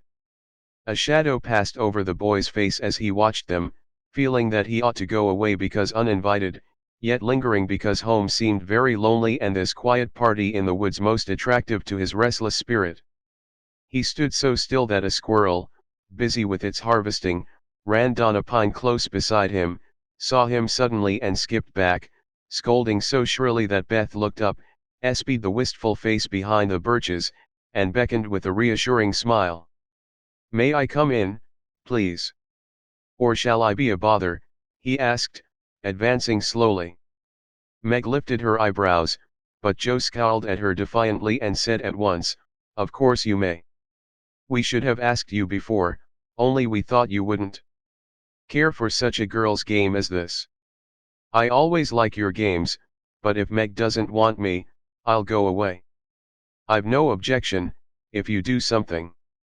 It's against the rules to be idle here, replied Meg gravely but graciously. Much obliged. I'll do anything if you'll let me stop a bit, for it's as dull as the desert of Sahara down there. Shall I sew, read, comb, draw, or do all at once? Bring on your bears. I'm ready. And Laurie sat down with a submissive expression delightful to behold. Finish this story while I set my heel, said Joe, handing him the book. Yes'm was the meek answer, as he began, doing his best to prove his gratitude for the favor of admission into the Busy Bee Society. The story was not a long one, and when it was finished, he ventured to ask a few questions as a reward of merit. Please, ma'am, could I inquire if this highly instructive and charming institution is a new one? Would you tell him? Asked Meg of her sisters. He'll laugh, said Amy warningly. Who cares, said Joe. I guess he'll like it, added Beth. Of course I shall. I give you my word I won't laugh. Tell away, Joe, and don't be afraid. The idea of being afraid of you. Well, you see we used to play Pilgrim's Progress, and we have been going on with it in earnest all winter and summer. Yes, I know, said Laurie, nodding wisely. Who told you? Demanded Joe. Spirits. No, I did. I wanted to amuse him one night when you were all away, and he was rather dismal. He did like it, so don't scold, Joe, said Beth meekly. You can't keep a secret. Never mind, it saves trouble now. Go on, please, said Laurie, as Joe became absorbed in her work, looking a trifle displeased. Oh, didn't she tell you about this new plan of ours? Well, we have tried not to waste our holiday, but each has had a task and worked at it with a will. The vacation is nearly over, the stints are all done, and we are ever so glad that we didn't dawdle. Yes, I should think so, and Laurie thought regretfully of his own idle days. Mother likes to have us out of doors as much as possible, so we bring our work here and have nice times. For the fun of it we bring our things in these bags, wear the old hats, use poles to climb the hill, and play pilgrims, as we used to do years ago. We call this hill the Delectable Mountain, for we can look far away and see the country where we hope to live sometime. Joe pointed, and Laurie sat up to examine, for through an opening in the wood one could look across the wide, blue river, the meadows on the other side, far over the outskirts of the great city, to the green hills that rose to meet the sky. The sun was low, and the heavens glowed with the splendor of an autumn sunset. Gold and purple clouds lay on the hilltops, and rising high into the ruddy light were silvery white peaks that shone like the airy spires of some celestial city. How beautiful that is, said Laurie softly, for he was quick to see and feel beauty of any kind. It's often so, and we like to watch it, for it is never the same, but always splendid, replied Amy, wishing she could paint it. Joe talks about the country where we hope to live sometime, the real country, she means, with pigs and chickens and haymaking.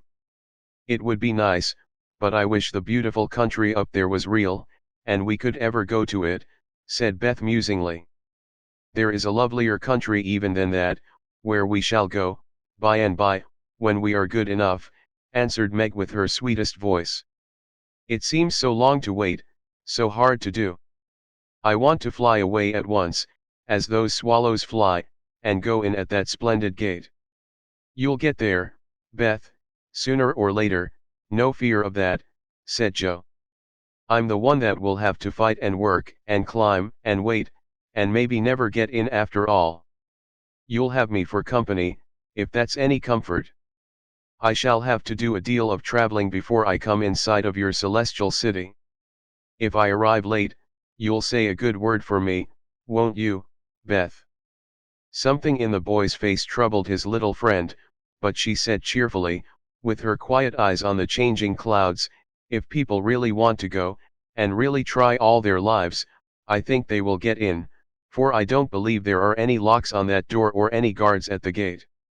I always imagine it is as it is in the picture, where the shining ones stretch out their hands to welcome poor Christian as he comes up from the river.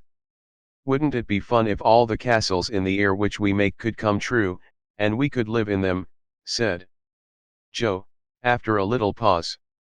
I've made such quantities it would be hard to choose which I'd have, said Laurie, lying flat and throwing cones at the squirrel who had betrayed him. You'd have to take your favorite one. What is it? Asked Meg. If I tell mine, will you tell yours? Yes, if the girls will too. We will. Now, Laurie. After I'd seen as much of the world as I want to, I'd like to settle in Germany and have just as much music as I choose. I'm to be a famous musician myself, and all creation is to rush to hear me. And I'm never to be bothered about money or business, but just enjoy myself and live for what I like. That's my favorite castle. What's yours, Meg? Margaret seemed to find it a little hard to tell hers, and waved a brake before her face, as if to disperse imaginary gnats, while she said slowly, I should like a lovely house, full of all sorts of luxurious things, nice food, pretty clothes, handsome furniture, pleasant people, and heaps of money. I am to be mistress of it, and manage it as I like, with plenty of servants, so I never need work a bit. How I should enjoy it! For I wouldn't be idle, but do good, and make everyone love me dearly. Wouldn't you have a master for your castle in the air? Asked Laurie slyly. I said pleasant people, you know, and Meg carefully tied up her shoe as she spoke, so that no one saw her face. Why don't you say you'd have a splendid, wise, good husband and some angelic little children? You know your castle wouldn't be perfect without, said blunt Joe, who had no tender fancies yet, and rather scorned romance, except in books. You'd have nothing but horses, inkstands, and novels in yours, answered Meg petulantly. Wouldn't I though? I'd have a stable full of Arabian steeds, rooms piled high with books, and I'd write out of a magic inkstand, so that my works should be as famous as Laurie's music. I want to do something splendid before I go into my castle, something heroic or wonderful that won't be forgotten after I'm dead. I don't know what, but I'm on the watch for it, and mean to astonish you all some day. I think I shall write books, and get rich and famous, that would suit me, so that is my favorite dream. Mine is to stay at home safe with father and mother, and help take care of the family, said Beth contentedly. Don't you wish for anything else? Asked Laurie. Since I had my little piano, I am perfectly satisfied. I only wish we may all keep well and be together, nothing else. I have ever so many wishes, but the pet one is to be an artist, and go to Rome, and do fine pictures, and be the best artist in the whole world, was Amy's modest desire. We're an ambitious set, aren't we? Every one of us, but Beth, wants to be rich and famous, and gorgeous in every respect.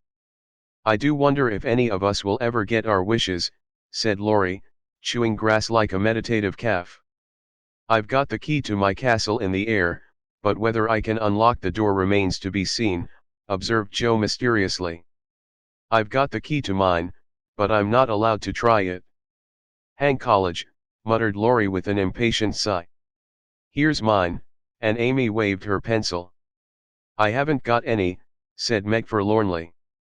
Yes, you have, said Laurie at once. Where? In your face. Nonsense, that's of no use.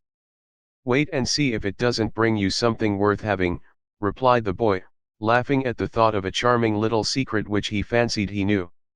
Meg colored behind the brake, but asked no questions and looked across the river with the same expectant expression which Mr. Brooke had worn when he told the story of the night.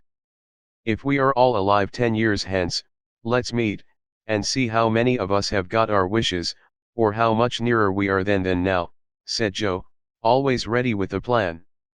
Bless me! How old I shall be, 27, exclaimed Meg, who felt grown up already, having just reached 17. You and I will be 26, Teddy, Beth 24, and Amy 22. What a venerable party, said Joe. I hope I shall have done something to be proud of by that time, but I'm such a lazy dog, I'm afraid I shall dawdle, Joe. You need a motive, mother says, and when you get it, she is sure you'll work splendidly. Is she? By Jupiter, I will, if I only get the chance, cried Laurie, sitting up with sudden energy. I ought to be satisfied to please grandfather, and I do try, but it's working against the grain, you see, and comes hard. He wants me to be an India merchant, as he was, and I'd rather be shot. I hate tea and silt and spices, and every sort of rubbish his old ships bring, and I don't care how soon they go to the bottom when I own them. Going to college ought to satisfy him, for if I give him 4 years he ought to let me off from the business. But he's set, and I've got to do just as he did, unless I break away and please myself, as my father did. If there was anyone left to stay with the old gentleman, I'd do it tomorrow.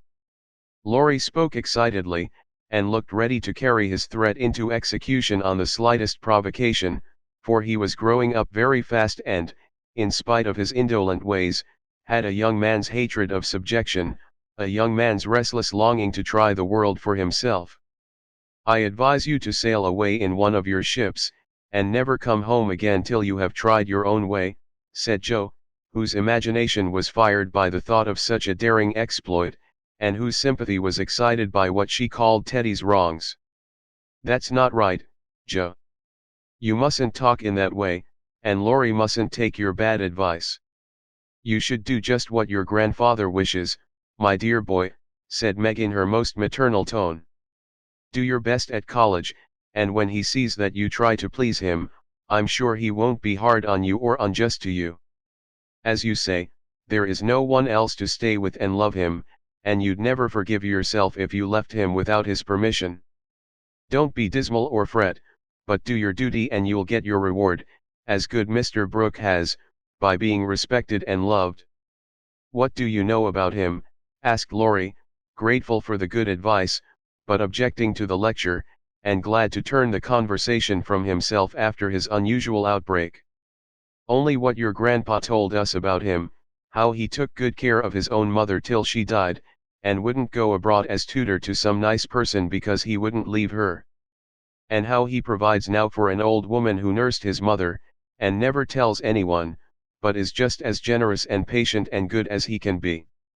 So he is, dear old fellow, said Laurie heartily, as Meg paused, looking flushed and earnest with her story. It's like Grandpa to find out all about him without letting him know, and to tell all his goodness to others, so that they might like him. Brooke couldn't understand why your mother was so kind to him, asking him over with me and treating him in her beautiful friendly way. He thought she was just perfect, and talked about it for days and days, and went on about you all in flaming style. If ever I do get my wish, you see what I'll do for Brooke. Begin to do something now by not plaguing his life out, said Meg sharply. How do you know I do, miss? I can always tell by his face when he goes away. If you have been good, he looks satisfied and walks briskly.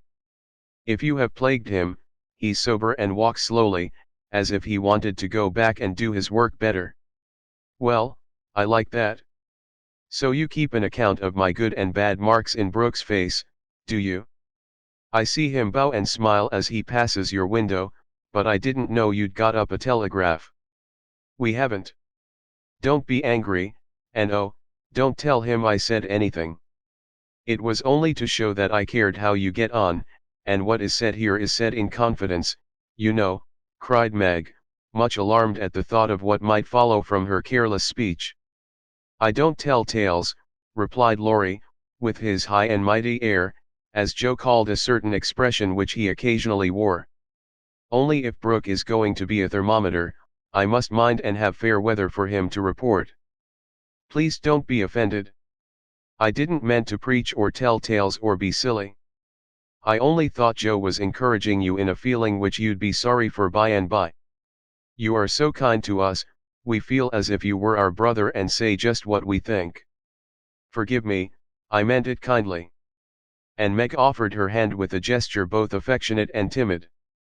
Ashamed of his momentary pique, Laurie squeezed the kind little hand, and said frankly, I'm the one to be forgiven. I'm cross and have been out of sorts all day. I like to have you tell me my faults and be sisterly, so don't mind if I am grumpy sometimes. I thank you all the same." Bent on showing that he was not offended, he made himself as agreeable as possible, wound cotton for Meg, recited poetry to please Joe, shook down cones for Beth, and helped Amy with her ferns, proving himself a fit person to belong to the Busy Bee Society. In the midst of an animated discussion on the domestic habits of turtles, one of those amiable creatures having strolled up from the river, the faint sound of a bell warned them that Hannah had put the tea to draw, and they would just have time to get home to supper. "May I come again?" asked Laurie.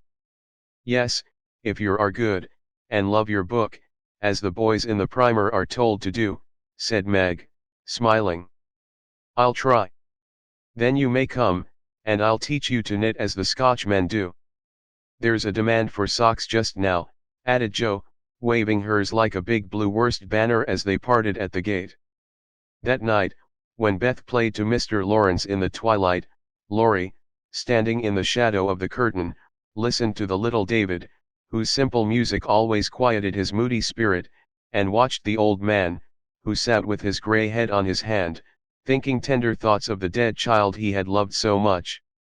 Remembering the conversation of the afternoon, the boy said to himself, with the resolve to make the sacrifice cheerfully, "I'll let my castle go, and stay with the dear old gentleman while he needs me, for I am all he has." Chapter 14. Joe was very busy in the garret, for the October days began to grow chilly, and the afternoons were short. For 2 or 3 hours the sun lay warmly in the high window, showing Joe seated on the old sofa, writing busily, with her papers spread out upon a trunk before her, while Scrabble, the pet rat, promenaded the beams overhead, accompanied by his oldest son, a fine young fellow, who was evidently very proud of his whiskers. Quite absorbed in her work, Joe scribbled away till the last page was filled, when she signed her name with a flourish and threw down her pen, exclaiming, "There, I've done my best. If this won't suit I shall have to wait till I can do better." Lying back on the sofa, she read the manuscript carefully through, making dashes here and there, and putting in many exclamation points, which looked like little balloons. Then she tied it up with a smart red ribbon, and sat a minute looking at it with a sober, wistful expression, which plainly showed how earnest her work had been. Joe's desk up here was an old tin kitchen which hung against the wall. In it she kept her papers, and a few books, safely shut away from Scrabble, who, being likewise of a literary turn, was fond of making a circulating library of such books as were left in his way by eating the leaves. From this tin receptacle Joe produced another manuscript, and putting both in her pocket, crept quietly downstairs, leaving her friends to nibble on her pens and taste her ink. She put on her hat and jacket as noiselessly as possible, and going to the back entry window, got out upon the roof of a low porch, swung herself down to the grassy bank, and took a roundabout way to the road.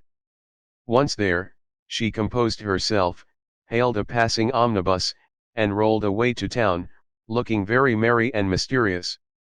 If anyone had been watching her, he would have thought her movements decidedly peculiar, for on alighting, she went off at a great pace till she reached a certain number in a certain busy street. Having found the place with some difficulty, she went into the doorway, looked up the dirty stairs, and after standing stock still a minute, suddenly dived into the street and walked away as rapidly as she came. This maneuver she repeated several times, to the great amusement of a black-eyed young gentleman lounging in the window of a building opposite. On returning for the third time, Joe gave herself a shake, pulled her hat over her eyes, and walked up the stairs, looking as if she were going to have all her teeth out. There was a dentist's sign, among others, which adorned the entrance, and after staring a moment at the pair of artificial jaws which slowly opened and shut to draw attention to a fine set of teeth, the young gentleman put on his coat, took his hat, and went down to post himself in the opposite doorway, saying with a smile and a shiver, "It's like her to come alone, but if she has a bad time she'll need someone to help her home." In 10 minutes Joe came running downstairs with a very red face and the general appearance of a person who had just passed through a trying ordeal of some sort. When she saw the young gentleman she looked anything but pleased, and passed him with a nod. But he followed, asking with an air of sympathy, "Did you have a bad time?" "Not very." "You got through quickly?" "Yes, thank goodness." "Why did you go alone?" "Didn't want anyone to know." "You're the oddest fellow I ever saw. How many did you have out?" Joe looked at her friend as if she did not understand him, then began to laugh as if mightily amused at something. "There are 2 which I want to have come out, but I must wait a week." "What are you laughing at?" "You are up to some mischief, Joe," said Laurie, looking mystified. "So are you." "What were you doing, sir, up in that billiard saloon?" "Begging your pardon, ma'am, it wasn't a billiard saloon, but a gymnasium, and I was taking a lesson in fencing." "I'm glad of that." "Why?" "You can teach me, and then when we play Hamlet, you can be Laertes, and we'll make a fine thing of the fencing scene." Laurie burst out with a hearty boy's laugh, which made several passers-by smile in spite of themselves. "I'll teach you whether we play Hamlet or not. It's grand fun and will straighten you up capitally." "But I don't believe that was your only reason for saying I'm glad in that decided way, was it now?" "No, I was glad that you were not in the saloon, because I hope you never go to such places." "Do you?" "Not often." "I wish you wouldn't." "It's no harm, Joe. I have billiards at home, but it's no fun unless you have good players, so, as I'm fond of it, I come sometimes and have a game with Ned Moffat or some of the other fellows." "Oh, dear, I'm so sorry, for you'll get to liking it better and better, and will waste time and money, and grow like those dreadful boys." "I did hope you'd stay respectable and be a satisfaction to your friends," said Joe, shaking her head. "Can't a fellow take a little innocent amusement now and then without losing his respectability?" asked Laurie, looking nettled. "That depends upon how and where he takes it. I don't like Ned and his set, and wish you'd keep out of it. Mother won't let us have him at our house, though he wants to come. And if you grow like him she won't be willing to have us frolic together as we do now." "Won't she?" asked Laurie anxiously. "No, she can't bear fashionable young men, and she'd shut us all up in bandboxes rather than have us associate with them." "Well, she needn't get out her bandboxes yet. I'm not a fashionable party and don't mean to be, but I do like harmless larks now and then, don't you?" "Yes, nobody minds them, so lark away, but don't get wild, will you? Or there will be an end of all our good times. I'll be a double distilled saint." "I can't bear saints. Just be a simple, honest, respectable boy, and we'll never desert you. I don't know what I should do if you acted like Mr. King's son. He had plenty of money, but didn't know how to spend it, and got tipsy and gambled, and ran away, and forged his father's name, I believe, and was altogether horrid. You think I'm likely to do the same?" "Much obliged." "No, I don't. Oh, dear, no, but I hear people talking about money being such a temptation, and I sometimes wish you were poor." "I shouldn't worry then." "Do you worry about me, Joe?" "A little, when you look moody and discontented, as you sometimes do, for you've got such a strong will. If you once get started wrong, I'm afraid it would be hard to stop you."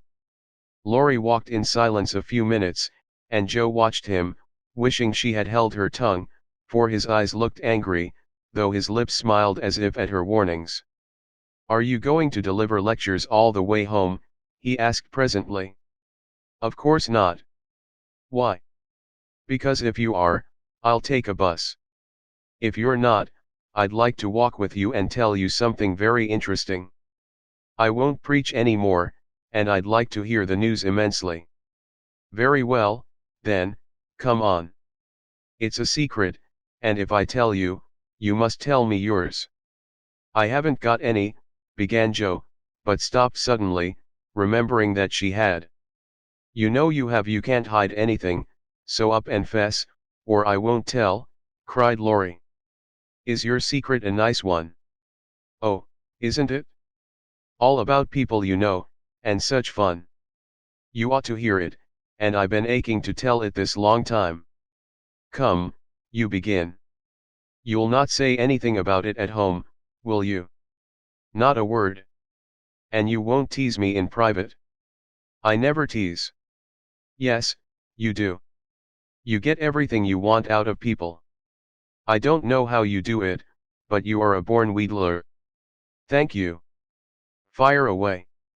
"Well, I've left 2 stories with a newspaper man, and he's to give his answer next week," whispered Jo, in her confidante's ear.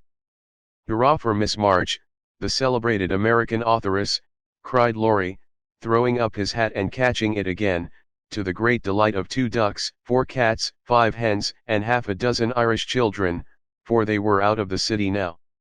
"Hush! It won't come to anything, I dare say, but I couldn't rest till I had tried, and I said nothing about it because I didn't want anyone else to be disappointed. It won't fail." "Why, Jo, your stories are works of Shakespeare compared to half the rubbish that is published every day. Won't it be fun to see them in print, and shan't we feel proud of our authoress?" Jo's eyes sparkled, for it is always pleasant to be believed in, and a friend's praise is always sweeter than a dozen newspaper puffs. "Where's your secret? Play fair, Teddy, or I'll never believe you again," she said, trying to extinguish the brilliant hopes that blazed up at a word of encouragement. "I may get into a scrape for telling, but I didn't promise not to, so I will, for I never feel easy in my mind till I've told you any plummy bit of news I get. I know where Meg's glove is." "Is that all?" said Jo, looking disappointed, as Laurie nodded and twinkled with a face full of mysterious intelligence. "It's quite enough for the present, as you'll agree when I tell you where it is." "Tell, then." Laurie bent, and whispered 3 words in Jo's ear, which produced a comical change.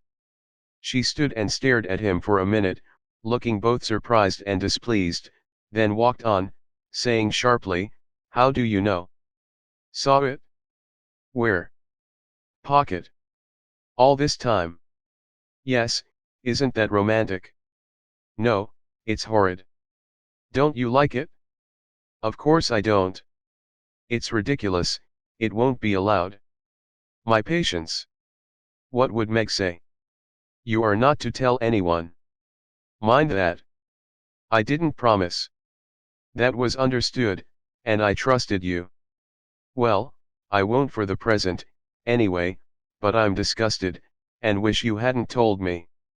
"I thought you'd be pleased." "At the idea of anybody coming to take Meg away?" "No, thank you." "You'll feel better about it when somebody comes to take you away." "I'd like to see anyone try it," cried Jo fiercely. "So should I."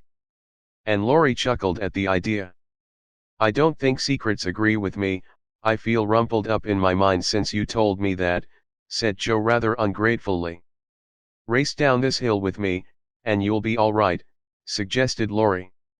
No one was in sight, the smooth road sloped invitingly before her, and finding the temptation irresistible, Jo darted away, soon leaving hat and comb behind her and scattering hairpins as she ran.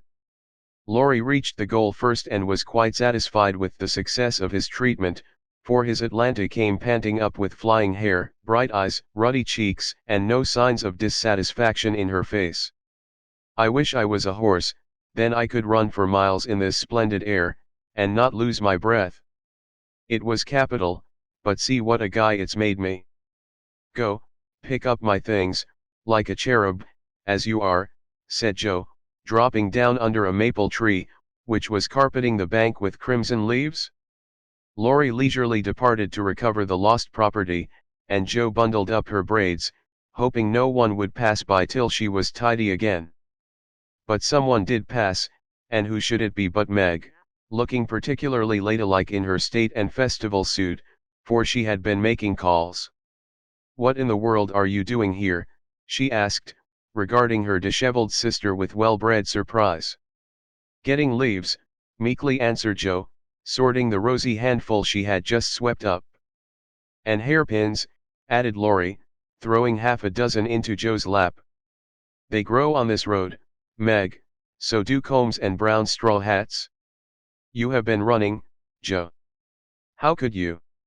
When will you stop such romping ways, said Meg reprovingly, as she settled her cuffs and smoothed her hair, with which the wind had taken liberties. Never till I'm stiff and old and have to use a crutch. Don't try to make me grow up before my time, Meg. It's hard enough to have you change all of a sudden. Let me be a little girl as long as I can. As she spoke, Jo bent over the leaves to hide the trembling of her lips, for lately she had felt that Margaret was fast getting to be a woman, and Laurie's secret made her dread the separation which must surely come sometime and now seemed very near. He saw the trouble in her face and drew Meg's attention from it by asking quickly, "Where have you been calling, all so fine?" "At the gardener's, and Sally has been telling me all about Belle Moffat's wedding. It was very splendid, and they have gone to spend the winter in Paris. Just think how delightful that must be." "Do you envy her, Meg?" said Laurie. "I'm afraid I do." "I'm glad of it," muttered Jo, tying on her hat with a jerk. "Why?" asked Meg, looking surprised. "Because if you care much about riches, you will never go and marry a poor man," said Jo, frowning at Laurie, who was mutely warning her to mind what she said. "I shall never go and marry anyone," observed Meg, walking on with great dignity while the others followed, laughing, whispering, skipping stones, and behaving like children, as Meg said to herself, though she might have been tempted to join them if she had not had her best dress on. For a week or two, Jo behaved so queerly that her sisters were quite bewildered. She rushed to the door when the postman rang, was rude to Mr. Brooke whenever they met, would sit looking at Meg with a woebegone face, occasionally jumping up to shake and then kiss her in a very mysterious manner. Laurie and she were always making signs to one another, and talking about spread eagles till the girls declared they had both lost their wits. On the second Saturday after Jo got out of the window, Meg, as she sat sewing at her window, was scandalized by the sight of Laurie chasing Jo all over the garden and finally capturing her in Amy's bower. What went on there, Meg could not see, but shrieks of laughter were heard, followed by the murmur of voices and a great flapping of newspapers. "What shall we do with that girl? She never will behave like a young lady," sighed Meg, as she watched the race with a disapproving face. "I hope she won't. She is so funny and dear as she is," said Beth, who had never betrayed that she was a little hurt at Jo's having secrets with anyone but her. "It's very trying, but we never can make her comme la fo," added Amy, who sat making some new frills for herself, with her curls tied up in a very becoming way, two agreeable things that made her feel unusually elegant and ladylike. In a few minutes Jo bounced in, laid herself on the sofa, and affected to read. "Have you anything interesting there?" asked Meg, with condescension. "Nothing but a story, won't amount to much, I guess," returned Jo, carefully keeping the name of the paper out of sight. "You'd better read it aloud. That will amuse us and keep you out of mischief," said Amy in her most grown-up tone. "What's the name?" asked Beth, wondering why Jo kept her face behind the sheet. "The Rival Painters." "That sounds well. Read it," said Meg. With a loud hem, and a long breath, Jo began to read very fast. The girls listened with interest, for the tale was romantic, and somewhat pathetic, as most of the characters died in the end. "I like that about the splendid picture," was Amy's approving remark, as Jo paused. "I prefer the lovering part. Viola and Angelo are two of our favorite names, isn't that queer?" said Meg, wiping her eyes, for the lovering part was tragical. "Who wrote it?" asked Beth, who had caught a glimpse of Jo's face. The reader suddenly sat up, cast away the paper, displaying a flushed countenance, and with a funny mixture of solemnity and excitement replied in a loud voice, "Your sister." "You," cried Meg, dropping her work. It's very good, said Amy critically. I knew it. I knew it.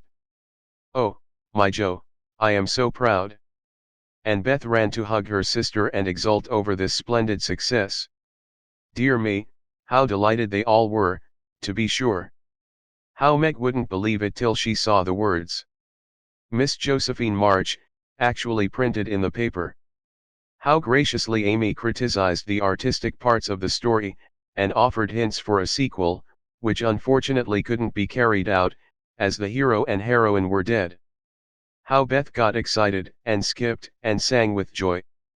How Hannah came in to exclaim, sakes alive, well I never, in great astonishment at that Joe's doin's. How proud Mrs. March was when she knew it. How Joe laughed, with tears in her eyes, as she declared she might as well be a peacock and done with it. And how Spread Eagle might be said to flap his wings triumphantly over the house of March, as the paper passed from hand to hand. Tell us about it. When did it come? How much did you get for it? What will father say? Won't Laurie laugh?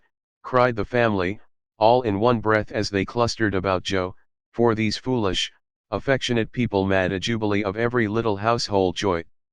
Stop jabbering, girls, and I'll tell you everything, said Joe, wondering if Miss Burney felt any grander over her Evelina than she did over her rival painters. Having told how she disposed of her tales, Joe added, and when I went to get my answer, the man said he liked them both, but didn't pay beginners, only let them print in his paper, and notice the stories. It was good practice, he said, and when the beginners improved, anyone would pay. So I let him have the 2 stories, and today this was sent to me, and Laurie caught me with it and insisted on seeing it, so I let him. And he said it was good, and I shall write more, and he's going to get the next paid for, and I am so happy, for in time I may be able to support myself and help the girls. Joe's breath gave out here, and wrapping her head in the paper, she bedid her little story with a few natural tears, for to be independent and earn the praise of those she loved were the dearest wishes of her heart, and this seemed to be the first step toward that happy end. Chapter 15. November is the most disagreeable month in the whole year, said Margaret, standing at the window one dull afternoon, looking out at the frost-bitten garden. That's the reason I was born in it, observed Joe pensively, quite unconscious of the blot on her nose. If something very pleasant should happen now, we should think it a delightful month, said Beth, who took a hopeful view of everything, even November. I dare say, but nothing pleasant ever does happen in this family, said Meg, who was out of sorts. We go grubbing along day after day, without a bit of change, and very little fun. We might as well be in a treadmill. My patience, how blue we are, cried Joe.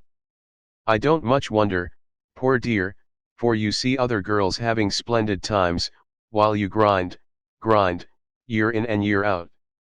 Oh, don't I wish I could manage things for you as I do for my heroines.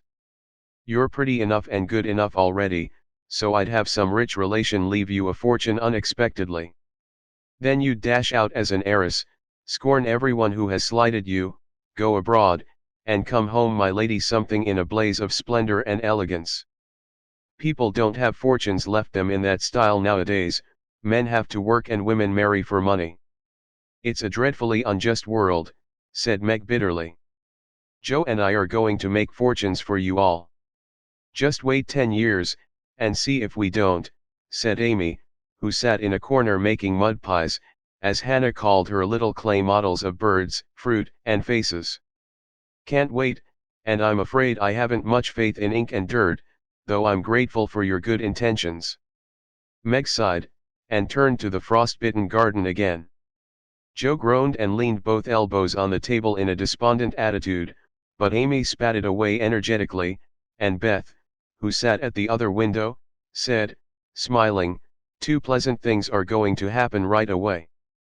Marmee is coming down the street, and Laurie is tramping through the garden as if he had something nice to tell. In they both came, Mrs. March with her usual question, any letter from father, girls, and Laurie to say in his persuasive way, Won't some of you come for a drive? I've been working away at mathematics till my head is in a muddle, and I'm going to freshen my wits by a brisk turn. It's a dull day, but the air isn't bad, and I'm going to take Brooke home, so it will be gay inside, if it isn't out. Come, Joe, you and Beth will go, won't you? Of course we will. Much obliged, but I'm busy. And Meg whisked out her work basket, for she had agreed with her mother that it was best, for her at least, not to drive too often with the young gentleman. We three will be ready in a minute, cried Amy, running away to wash her hands. Can I do anything for you, Madam Mother? Asked Laurie, leaning over Mrs. March's chair with the affectionate look and tone he always gave her. No, thank you, except call at the office, if you'll be so kind, dear. It's our day for a letter, and the postman hasn't been. Father is as regular as the sun, but there's some delay on the way, perhaps. A sharp ring interrupted her, and a minute after Hannah came in with a letter. It's one of them horrid telegraph things, Mum, she said, handling it as if she was afraid it would explode and do some damage. At the word telegraph, Mrs. March snatched it, read the 2 lines it contained, and dropped back into her chair as white as if the little paper had sent a bullet to her heart. Laurie dashed downstairs for water, while Meg and Hannah supported her, and Joe read aloud, in a frightened voice. Mrs. March. Your husband is very ill. Come at once. S. Hale. Blank Hospital, Washington. How still the room was as they listened breathlessly, how strangely the day darkened outside, and how suddenly the whole world seemed to change, as the girls gathered about their mother, feeling as if all the happiness and support of their lives was about to be taken from them. Mrs. March was herself again directly, read the message over, and stretched out her arms to her daughters, saying, in a tone they never forgot, I shall go at once, but it may be too late. Oh, children, children, help me to bear it. For several minutes there was nothing but the sound of sobbing in the room, mingled with broken words of comfort, tender assurances of help, and hopeful whispers that died away in tears. Poor Hannah was the first to recover, and with unconscious wisdom she set all the rest a good example, for with her, work was panacea for most afflictions. The Lord keep the dear man. I won't waste no time a cryin', but get your things ready right away, Mum, she said heartily, as she wiped her face on her apron, gave her mistress a warm shake of the hand with her own hard one, and went away to work like 3 women in one. She's right, there's no time for tears now. Be calm, girls, and let me think. They tried to be calm, poor things, as their mother sat up, looking pale but steady, and put away her grief to think and plan for them. Where's Laurie? She asked presently, when she had collected her thoughts and decided on the first duties to be done. Here, ma'am. Oh, let me do something, cried the boy, hurrying from the next room whither he had withdrawn, feeling that their first sorrow was too sacred for even his friendly eyes to see. Send a telegram saying I will come at once. The next train goes early in the morning. I'll take that. What else? The horses are ready. I can go anywhere, do anything, he said, looking ready to fly to the ends of the earth. Leave a note at Aunt March's. Joe, give me that pen and paper. Tearing off the blank side of one of her newly copied pages, Joe drew the table before her mother, well knowing that money for the long, sad journey must be borrowed, and feeling as if she could do anything to add to a little to the sum for her father. Now go, dear, but don't kill yourself driving at a desperate pace. There is no need of that. Mrs. March's warning was evidently thrown away, for 5 minutes later Laurie tore by the window on his own fleet horse, riding as if for his life. Joe, run to the rooms, and tell Mrs. King that I can't come. On the way get these things. I'll put them down, they'll be needed and I must go prepared for nursing. Hospital stores are not always good. Beth, go and ask Mr. Lawrence for a couple of bottles of old wine. I'm not too proud to beg for father. He shall have the best of everything. Amy, tell Hannah to get down the black trunk, and Meg, come and help me find my things, for I'm half bewildered. Writing, thinking, and directing all at once might well bewilder the poor lady, and Meg begged her to sit quietly in her room for a little while, and let them work. Everyone scattered like leaves before a gust of wind, and the quiet, happy household was broken up as suddenly as if the paper had been an evil spell. Mr. Lawrence came hurrying back with Beth, bringing every comfort the kind old gentleman could think of for the invalid, and friendliest promises of protection for the girls during the mother's absence, which comforted her very much. There was nothing he didn't offer, from his own dressing gown to himself as escort. But the last was impossible. Mrs. March would not hear of the old gentleman's undertaking the long journey, yet an expression of relief was visible when he spoke of it, for anxiety ill-fits one for traveling. He saw the look, knit his heavy eyebrows, rubbed his hands, and marched abruptly away, saying he'd be back directly. No one had time to think of him again till, as Meg ran through the entry, with a pair of rubbers in one hand and a cup of tea in the other, she came suddenly upon Mr. Brooke.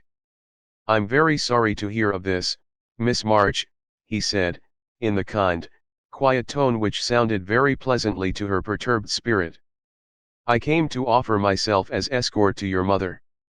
Mr. Lawrence has commissions for me in Washington, and it will give me real satisfaction to be of service to her there."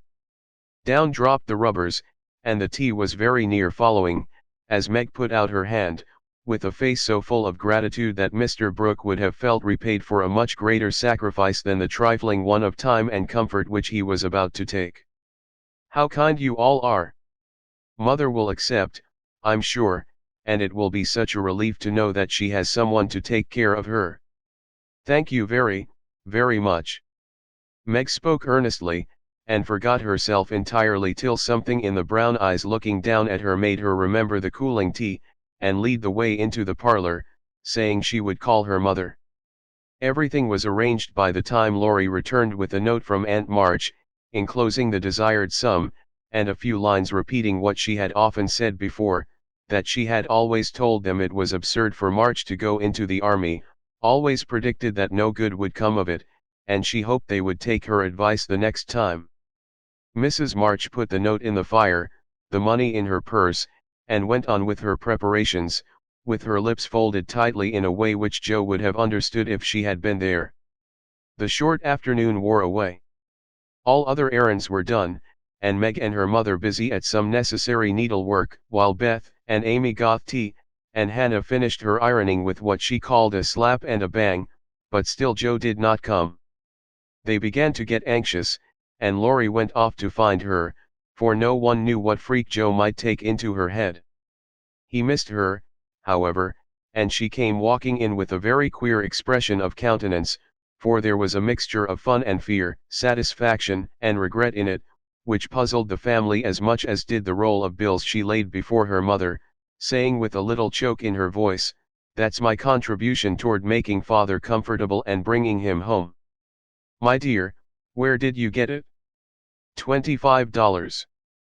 Joe, I hope you haven't done anything rash." "No, it's mine honestly. I didn't beg, borrow, or steal it. I earned it, and I don't think you'll blame me, for I only sold what was my own." As she spoke, Joe took off her bonnet, and a general outcry arose, for all her abundant hair was cut short. "Your hair! Your beautiful hair! Oh, Joe, how could you? You're one beauty. My dear girl, there was no need of this. She doesn't look like my Joe anymore, but I love her dearly for it." As everyone exclaimed, and Beth hugged the cropped head tenderly, Joe assumed an indifferent air, which did not deceive anyone a particle, and said, rumpling up the brown bush and trying to look as if she liked it, "It doesn't affect the fate of the nation, so don't wail, Beth. It will be good for my vanity, I getting too proud of my wig. It will do my brains good to have that mop taken off. My head feels deliciously light and cool, and the barber said I could soon have a curly crop, which will be boyish, becoming, and easy to keep in order. I'm satisfied, so please take the money and let's have supper. Tell me all about it, Joe. I am not quite satisfied, but I can't blame you, for I know how willingly you sacrificed your vanity, as you call it, to your love. But, my dear, it was not necessary, and I'm afraid you will regret it one of these days, said Mrs. March. No, I won't, returned Joe stoutly, feeling much relieved that her prank was not entirely condemned. What made you do it? Asked Amy, who would as soon have thought of cutting off her head as her pretty hair. Well, I was wild to do something for father, replied Joe, as they gathered about the table, for healthy young people can eat even in the midst of trouble. I hate to borrow as much as mother does, and I knew Aunt March would croak, she always does, if you ask for a 9 pence. Meg gave all her quarterly salary toward the rent, and I only got some clothes with mine, so I felt wicked, and was bound to have some money, if I sold the nose off my face to get it. You needn't feel wicked, my child. You had no winter things and got the simplest with your own hard earnings, said Mrs. March with a look that warmed Joe's heart. I hadn't the least idea of selling my hair at first, but as I went along I kept thinking what I could do, and feeling as if I'd like to dive into some of the rich stores and help myself. In a barber's window I saw tails of hair with the prices marked, and one black tail, not so thick as mine, was $40. It came to me all of a sudden that I had one thing to make money out of, and without stopping to think, I walked in, asked if they bought hair, and what they would give for mine. I don't see how you dared to do it, said Beth in a tone of awe. Oh, he was a little man who looked as if he merely lived to oil his hair. He rather stared at first, as if he wasn't used to having girls bounce into his shop and ask him to buy their hair. He said he didn't care about mine, it wasn't the fashionable color, and he never paid much for it in the first place. The work he put it into it made it dear, and so on. It was getting late, and I was afraid if it wasn't done right away that I shouldn't have it done at all, and you know when I start to do a thing, I hate to give it up. So I begged him to take it, and told him why I was in such a hurry. It was silly, I dare say, but it changed his mind, for I got rather excited, and told the story in my topsy-turvy way, and his wife heard, and said so kindly, "Take it, Thomas, and oblige the young lady. I'd do as much for our Jimmy any day if I had a spire of hair worth selling." Who was Jimmy? Asked Amy, who liked to have things explained as they went along. Her son, she said, who was in the army. How friendly such things make strangers feel, don't they? She talked away all the time the man clipped, and diverted my mind nicely. Didn't you feel dreadfully when the first cut came? Asked Meg, with a shiver. I took a last look at my hair while the man got his things, and that was the end of it. I never snivel over trifles like that. I will confess, though, I felt queer when I saw the dear old hair laid out on the table, and felt only the short rough ends of my head. It almost seemed as if I'd an arm or leg off. The woman saw me look at it, and picked out a long lock for me to keep. "I'll give it to you, Marmee, just to remember past glories by, for a crop is so comfortable I don't think I shall ever have a mane again." Mrs. March folded the wavy chestnut lock, and laid it away with a short grey one in her desk. She only said, "Thank you, dearie," but something in her face made the girls change the subject, and talk as cheerfully as they could about Mr. Brooks' kindness, the prospect of a fine day tomorrow, and the happy times they would have when father came home to be nursed. No one wanted to go to bed when at 10 o'clock Mrs. March put by the last finished job, and said, "Come girls." Beth went to the piano and played the father's favorite hymn. All began bravely, but broke down one by one till Beth was left alone, singing with all her heart, for to her music was always a sweet consoler. "Go to bed and don't talk, for we must be up early and shall need all the sleep we can get." "Good night, my darlings," said Mrs. March, as the hymn ended, for no one cared to try another. They kissed her quietly, and went to bed as silently as if the dear invalid lay in the next room. Beth and Amy soon fell asleep in spite of the great trouble, but Meg lay awake, thinking the most serious thoughts she had ever known in her short life. Jo lay motionless, and her sister fancied that she was asleep, till a stifled sob made her exclaim, as she touched a wet cheek. "Jo, dear, what is it? Are you crying about father?" "No, not now." "What then?" My hair," burst out poor Jo, trying vainly to smother her emotion in the pillow. It did not seem at all comical to Meg, who kissed and caressed the afflicted heroine in the tenderest manner. "I'm not sorry," protested Jo, with a choke. "I'd do it again tomorrow, if I could. It's only the vain part of me that goes and cries in this silly way. Don't tell anyone, it's all over now. I thought you were asleep, so I just made a little private moan for my one beauty." "How came you to be awake?" "I can't sleep, I'm so anxious," said Meg.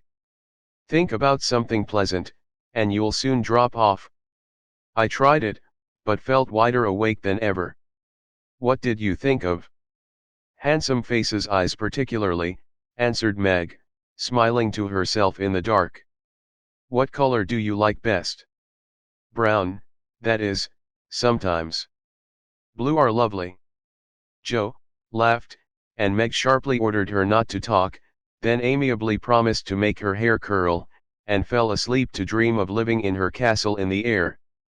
The clocks were striking midnight and the rooms were very still as a figure glided quietly from bed to bed, smoothing a coverlet here, settling a pillow there, and pausing to look long and tenderly at each unconscious face, to kiss each with lips that mutely blessed, and to pray the fervent prayers which only mothers utter. As she lifted the curtain to look out into the dreary night, the moon broke suddenly from behind the clouds and shone upon her like a bright, benignant face, which seemed to whisper in the silence, "Be comforted, dear soul. There is always light behind the clouds." Chapter 16. In the cold grey dawn the sisters lit their lamp and read their chapter with an earnestness never felt before. For now the shadow of a real trouble had come, the little books were full of help and comfort, and as they dressed, they agreed to say goodbye cheerfully and hopefully, and send their mother on her anxious journey unsaddened by tears or complaints from them. Everything seemed very strange when they went down, so dim and still outside, so full of light and bustle within. Breakfast at that early hour seemed odd, and even Hannah's familiar face looked unnatural as she flew about her kitchen with her nightcap on. The big trunk stood ready in the hall, Mother's cloak and bonnet lay on the sofa, and Mother herself sat trying to eat, but looking so pale and worn with sleeplessness and anxiety that the girls found it very hard to keep their resolution. Meg's eyes kept filling in spite of herself. Jo was obliged to hide her face in the kitchen roller more than once, and the little girls wore a grave, troubled expression, as if sorrow was a new experience to them. Nobody talked much, but as the time drew very near and they sat waiting for the carriage, Mrs. March said to the girls, who were all busied about her, one folding her shawl, another smoothing out the strings of her bonnet, a third putting on her overshoes, and a fourth fastening up her traveling bag. "Children, I leave you to Hannah's care and Mr. Lawrence's protection. Hannah is faithfulness itself, and our good neighbor will guard you as if you were his own. I have no fears for you, yet I am anxious that you should take this trouble rightly. Don't grieve and fret when I am gone, or think that you can be idle and comfort yourselves by being idle and trying to forget. Go on with your work as usual, for work is a blessed solace. Hope and keep busy, and whatever happens, remember that you never can be fatherless. Yes, Mother. Meg, dear, be prudent, watch over your sisters, consult Hannah, and in any perplexity, go to Mr. Lawrence. Be patient, Jo, don't get despondent or do rash things, write to me often, and be my brave girl, ready to help and cheer all. Beth, comfort yourself with your music, and be faithful to the little home duties, and you Amy, help all you can, be obedient, and keep happy safe at home. We will, Mother. We will. The rattle of an approaching carriage made them all start and listen. That was the hard minute, but the girls stood it well. No one cried, no one ran away or uttered a lamentation, though their hearts were very heavy as they sent loving messages to father, remembering, as they spoke, that it might be too late to deliver them. They kissed their mother quietly, clung about her tenderly, and tried to wave their hands cheerfully when she drove away. Laurie and his grandfather came over to see her off, and Mr. Brooke looked so strong and sensible and kind that the girls christened him Mr. Greatheart on the spot. "Goodbye, my darlings.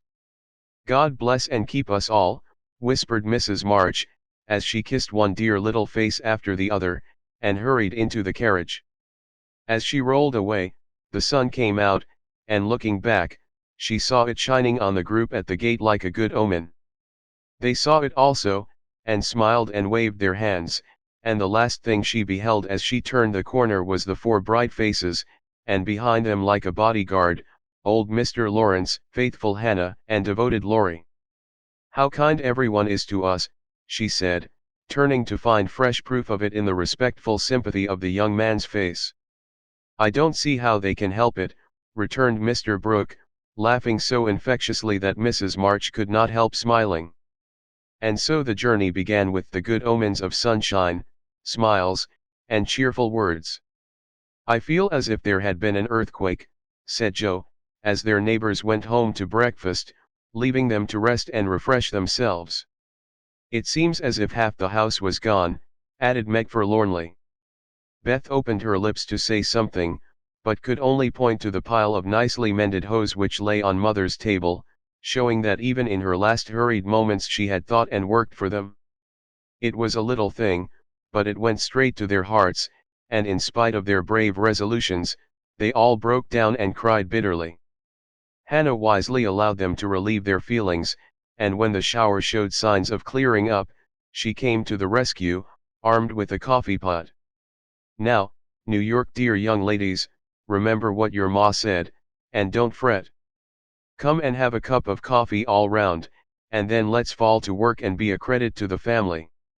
Coffee was a treat, and Hannah showed great tact in making it that morning. No one could resist her persuasive nods, or the fragrant invitation issuing from the nose of the coffee pot. They drew up to the table, exchanged their handkerchiefs for napkins, and in 10 minutes were all right again. "Hope and keep busy, that's the motto for us, so let's see who will remember it best. I shall go to Aunt March, as usual." "Oh, won't she lecture though," said Joe, as she sipped with returning spirit. "I shall go to my King's, though I'd much rather stay at home and attend to things here," said Meg, wishing she hadn't made her eyes so red. "No need of that. Beth and I can keep house perfectly well," put in Amy, with an important air. "Hannah will tell us what to do, and we'll have everything nice when you come home," added Beth, getting out her mop and dish tub without delay. "I think anxiety is very interesting," observed Amy, eating sugar pensively. The girls couldn't help laughing, and felt better for it, though Meg shook her head at the young lady who could find consolation in a sugar bowl. The sight of the turnovers made Joe sober again, and when the two went out to their daily tasks, they looked sorrowfully back at the window where they were accustomed to see their mother's face. It was gone, but Beth had remembered the little household ceremony, and there she was, nodding away at them like a rosy-faced mandarin. "That's so like my Beth," said Joe, waving her hat, with a grateful face. "Goodbye, Meggie, I hope the Kings won't strain today. Don't fret about father, dear," she added, as they parted. "And I hope Aunt March won't croak." "Your hair is becoming, and it looks very boyish and nice," returned Meg, trying not to smile at the curly head, which looked comically small on her tall sister's shoulders. "That's my only comfort." And, touching her hat a la Laurie, away went Joe, feeling like a shorn sheep on a wintry day. News from their father comforted the girls very much, for though dangerously ill, the presence of the best and tenderest of nurses had already done him good. Mr. Brooke sent a bulletin every day, and as the head of the family, Meg insisted on reading the dispatches, which grew more cheerful as the week passed. At first, everyone was eager to write, and plump envelopes were carefully poked into the letter box by one or other of the sisters, who felt rather important with their Washington correspondence. As one of these packets contained characteristic notes from the party, we will rob an imaginary mail, and read them. My dearest mother, it is impossible to tell you how happy your last letter made us, for the news was so good we couldn't help laughing and crying over it. How very kind Mr. Brooke is, and how fortunate that Mr. Lawrence's business detains him near you so long, since he is so useful to you and father. The girls are all as good as gold. Jo helps me with the sewing, and insists on doing all sorts of hard jobs. I should be afraid she might overdo, if I didn't know her moral fit wouldn't last long.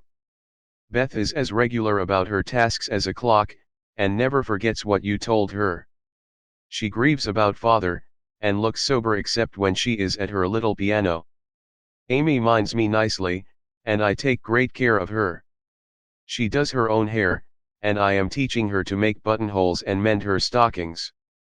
She tries very hard, and I know you will be pleased with her improvement when you come. Mr. Lawrence watches over us like a motherly old hen, as Jo says, and Laurie is very kind and neighborly. He and Jo keep us merry, for we get pretty blue sometimes, and feel like orphans, with you so far away. Hannah is a perfect saint. She does not scold at all, and always calls me Miss Margaret, which is quite proper, you know, and treats me with respect. We are all well and busy, but we long, day and night, to have you back. Give my dearest love to father, and believe me, ever your own, Meg. This note, prettily written on scented paper, was a great contrast to the next, which was scribbled on a big sheet of thin foreign paper, ornamented with blots and all manner of flourishes and curly-tailed letters. My precious Marmee. 3 cheers for dear father. Brooke was a trump to telegraph right off, and let us know the minute he was better. I rushed up garret when the letter came, and tried to thank God for being so good to us, but I could only cry, and say, I'm glad. I'm glad. Didn't that do as well as a regular prayer? For I felt a great many in my heart. We have such funny times, and now I can enjoy them, for everyone is so desperately good, it's like living in a nest of turtle doves. You'd laugh to see Meg head the table and try to be motherish. She gets prettier every day, and I'm in love with her sometimes. The children are regular archangels, and I'm Jo, and never shall be anything else. Oh, I must tell you that I came near having a quarrel with Laurie. I freed my mind about a silly little thing, and he was offended. I was right, but didn't speak as I ought, and he marched home, saying he wouldn't come again till I begged pardon. I declared I wouldn't and got mad. It lasted all day. I felt bad and wanted you very much. Laurie and I are both so proud, it's hard to beg pardon. But I thought he'd come to it, for I was in the right. He didn't come, and just at night I remembered what you said when Amy fell into the river. I read my little book, felt better, resolved not to let the sun set on my anger, and ran over to tell Laurie I was sorry. I met him at the gate, coming for the same thing. We both laughed, begged each other's pardon, and felt all good and comfortable again. I made a poem yesterday, when I was helping Hannah wash, and as father likes my silly little things, I put it in to amuse him. Give him my lovingest hug that ever was, and kiss yourself a dozen times for your topsy-turvy Jo. A song from the suds queen of my tub, I merrily sing, while the white foam rises high, and sturdily wash and rinse and wring, and fasten the clothes to dry. Then out in the free fresh air they swing, under the sunny sky.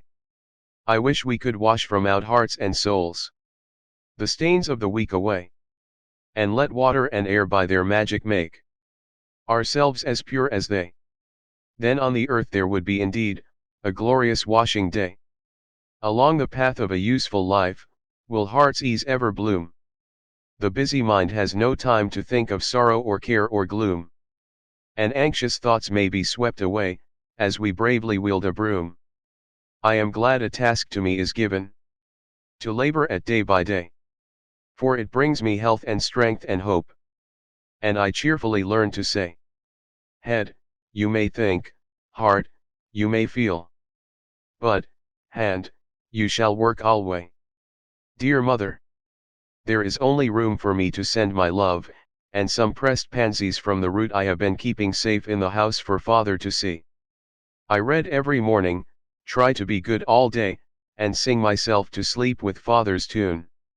I can't sing Land of the Leal now, it makes me cry. Everyone is very kind, and we are as happy as we can be without you. Amy wants the rest of the page, so I must stop. I didn't forget to cover the holders, and I wind the clock and air the rooms every day. Kiss dear father on the cheek he calls mine. Oh, do come soon to your loving little Beth. Ma chère mama. We are all well. I do my lessons always and never corroborate the girls. Meg says I mean contradict, so I put in both words and you can take the properest. Meg is a great comfort to me and lets me have jelly every night at tea. It's so good for me, Joe says, because it keeps me sweet-tempered. Laurie is not as respectful as he ought to be now. I am almost in my teens. He calls me chick and hurts my feelings by talking French to me very fast when I say merci or bonjour as Hattie King does. The sleeves of my blue dress were all worn out, and Meg put in new ones, but the full front came wrong and they are more blue than the dress. I felt bad but did not fret. I bear my troubles well, but I do wish Hannah would put more starch in my aprons and have buckwheats every day. Can't she? Didn't I make that interrogation point nice? Meg says my punctuation and spelling are disgraceful and I am mortified, but dear me, I have so many things to do, I can't stop. Adieu, I send heaps of love to Papa. Your affectionate daughter, Amy Curtis March. Dear Miss March, I just drop a line to say we get on first rate. The girls is clever and fly round right smart. Miss Meg is going to make a proper good housekeeper. He's the liking for it, and gets the hang of things surprise and quick. Joe do speed all for goin' ahead, but she don't stop to calculate fust, and you never know where she's like to bring up.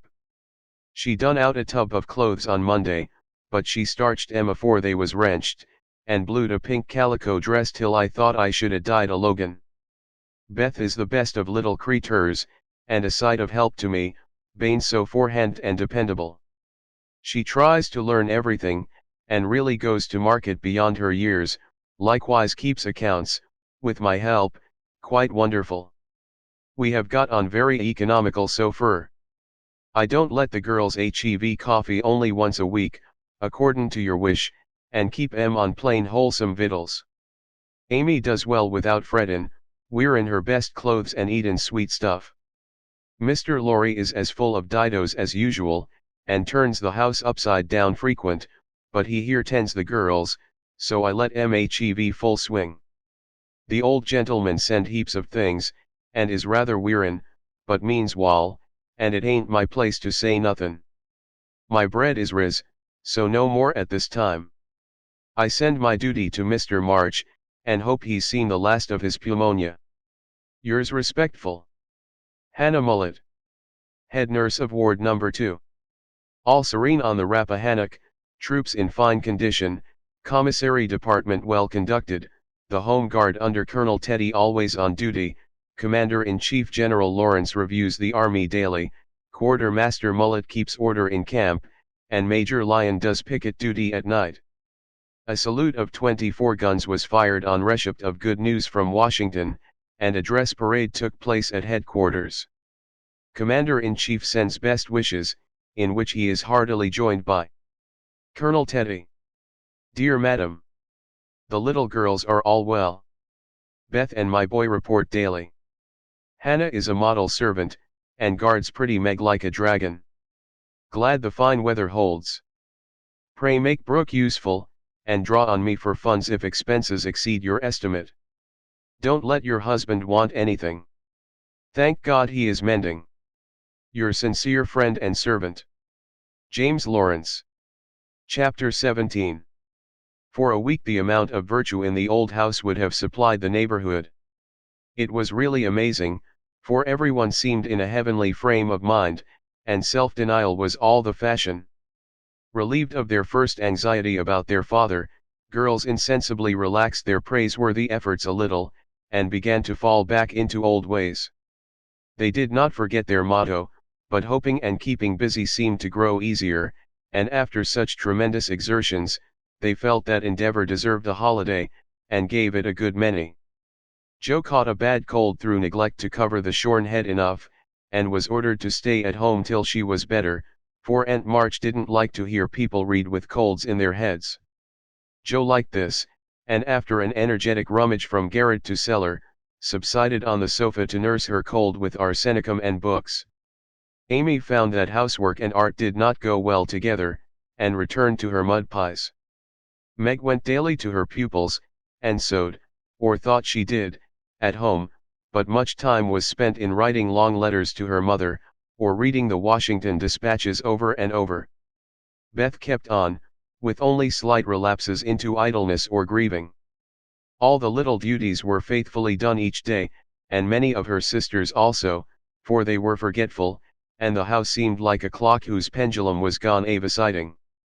When her heart got heavy with longings for mother or fears for father, she went away into a certain closet, hid her face in the folds of a dear old gown, and made her little moan and prayed her little prayer quietly by herself.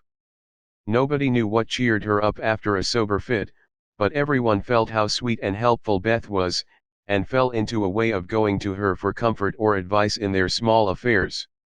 All were unconscious that this experience was a test of character, and when the first excitement was over, felt that they had done well and deserved praise. So they did, but their mistake was in ceasing to do well, and they learned this lesson through much anxiety and regret. "Meg, I wish you'd go and see the Hummels. You know Mother told us not to forget them," said Beth, 10 days after Mrs. March's departure. "I'm too tired to go this afternoon," lied Meg, rocking comfortably as she sewed. "Can't you, Jo?" asked Beth. "Too stormy for me with my cold. I thought it was almost well." "It's well enough for me to go out with Laurie, but not well enough to go to the Hummels," said Jo, laughing, but looking a little ashamed of her inconsistency. "Why don't you go yourself?" asked Meg. "I have been every day, but the baby is sick, and I don't know what to do for it. Mrs. Hummel goes away to work, and La Chen takes care of it. But it gets sicker and sicker, and I think you or Hannah ought to go." Beth spoke earnestly, and Meg promised she would go tomorrow. "Ask Hannah for some nice little mess, and take it round, Beth, the air will do you good," said Jo, adding apologetically, "I'd go but I want to finish my writing. My head aches and I'm tired, so I thought maybe some of you would go," said Beth. "Amy will be in presently, and she will run down for us," suggested Meg. So Beth lay down on the sofa, the others returned to their work, and the Hummels were forgotten. An hour passed. Amy did not come. Meg went to her room to try on a new dress, Jo was absorbed in her story, and Hannah was sound asleep before the kitchen fire, when Beth quietly put on her hood, filled her basket with odds and ends for the poor children, and went out into the chilly air with a heavy head and a grieved look in her patient eyes. It was late when she came back, and no one saw her creep upstairs and shut herself into her mother's room. Half an hour after, Jo went to Mother's closet for something, and there found little Beth sitting on the medicine chest, looking very grave, with red eyes and a camphor bottle in her hand. "Christopher Columbus. What's the matter?" cried Jo, as Beth put out her hand as if to warn her off, and asked quickly, "You've had the scarlet fever, haven't you?" "Years ago, when Meg did." "Why?" "Then I'll tell you." "Oh, Jo, the baby's dead." "What baby?" "Mrs. Hummels. It died in my lap before she got home," cried Beth with a sob. "My poor dear, how dreadful for you." "I ought to have gone," said Jo, taking her sister in her arms as she sat down in her mother's bit chair, with a remorseful face. "It wasn't dreadful, Jo, only so sad." I saw in a minute it was sicker, but La Chen said her mother had gone for a doctor, so I took baby and let Lottie rest. It seemed asleep, but all of a sudden it gave a little cry and trembled, and then lay very still. I tried to warm its feet, and Lottie gave it some milk, but it didn't stir, and I knew it was dead. Don't cry, dear. What did you do? I just sat and held it softly till Mrs. Hummel came with the doctor. He said it was dead, and looked at Heinrich and Minna, who have sore throats. Scarlet fever, ma'am. Ought to have called me before, he said crossly. Mrs. Hummel told him she was poor, and had tried to cure baby herself, but now it was too late, and she could only ask him to help the others and trust to charity for his pay. He smiled then, and was kinder, but it was very sad, and I cried with them till he turned round all of a sudden, and told me to go home and take belladonna right away, or I'd have the fever. No, you won't, cried Joe, hugging her close, with a frightened look. Oh, Beth, if you should be sick I never could forgive myself. What shall we do? Don't be frightened, I guess I shan't have it badly. I looked in Mother's book, and saw that it begins with headache, sore throat, and queer feelings like mine, so I did take some belladonna, and I feel better, said Beth, laying her cold hands on her hot forehead and trying to look well. If Mother was only at home, exclaimed Joe, seizing the book, and feeling that Washington was an immense way off. She read a page, looked at Beth, felt her head, peeped into her throat, and then said gravely, "You've been over the baby every day for more than a week, and among the others who are going to have it, so I'm afraid you are going to have it, Beth. I'll call Hannah, she knows all about sickness. Don't let Amy come. She never had it, and I should hate to give it to her." "Can't you and Meg have it over again?" asked Beth, anxiously. "I guess not. Don't care if I do. Serve me right, selfish pig, to let you go, and stay writing rubbish myself," muttered Joe, as she went to consult Hannah. The good soul was wide awake in a minute, and took the lead at once, assuring that there was no need to worry, everyone had scarlet fever, and if rightly treated, nobody died, all of which Joe believed, and felt much relieved as they went up to call Meg. "Now I'll tell you what we'll do," said Hannah, when she had examined and questioned Beth. "We will have Dr. Bangs, just to take a look at you, dear, and see that we start right. Then we'll send Amy off to Aunt March's for a spell, to keep her out of harm's way, and one of you girls can stay at home and amuse Beth for a day or two." "I shall stay, of course, I'm oldest," began Meg, looking anxious and self-reproachful. "I shall, because it's my fault she is sick. I told Mother I'd do the errands, and I haven't," said Joe decidedly. "Which will you have, Beth?" "There ain't no need of but one," ate Hannah. "Joe, please." And Beth leaned her head against her sister with a contented look, which effectually settled that point. "I'll go and tell Amy," said Meg, feeling a little hurt, yet rather relieved on the whole, for she did not like nursing, and Joe did. Amy rebelled outright, and passionately declared that she had rather have the fever than go to Aunt March. Meg reasoned, pleaded, and commanded, all in vain. Amy protested that she would not go, and Meg left her in despair to ask Hannah what should be done. Before she came back, Laurie walked into the parlor to find Amy sobbing, with her head in the sofa cushions. She told her story, expecting to be consoled, but Laurie only put his hands in his pockets and walked about the room, whistling softly, as he knit his brows in deep thought. Presently he sat down beside her, and said, in his most wheedlesome tone, "Now be a sensible little woman, and do as they say. No, don't cry, but hear what a jolly plan I've got. You go to Aunt March's, and I'll come and take you out every day, driving or walking, and we'll have capital times. Won't that be better than moping here?" "I don't wish to be sent off as if I was in the way," began Amy, in an injured voice. "Bless your heart, child, it's to keep you well. You don't want to be sick, do you? No, I'm sure I don't, but I dare say I shall be, for I've been with Beth all the time. That's the very reason you ought to go away at once, so that you may escape it. Change of air and care will keep you well, I dare say, or if it does not entirely, you will have the fever more lightly. I advise you to be off as soon as you can, for scarlet fever is no joke, miss.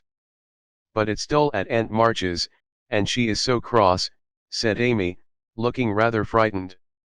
It won't be dull with me popping in every day to tell you how Beth is, and take you out gollivanting.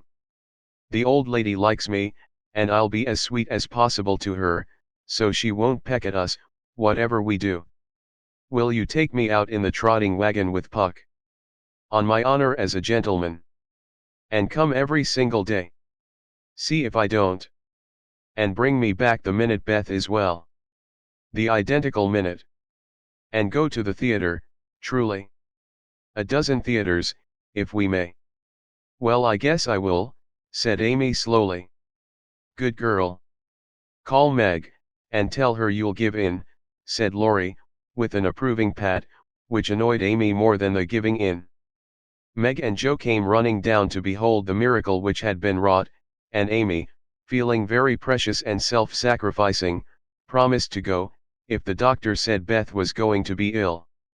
How is the little dear? Asked Laurie, for Beth was his especial pet, and he felt more anxious about her than he liked to show. She is lying down on mother's bed, and feels better. The baby's death troubled her, but I dare say she has only got cold. Hannah says she thinks so, but she looks worried, and that makes me fidgety, answered Meg. What a trying world it is, said Joe, rumpling up her hair in a fretful way. No sooner do we get out of one trouble than down comes another. There doesn't seem to be anything to hold on to when mother's gone, so I'm all at sea.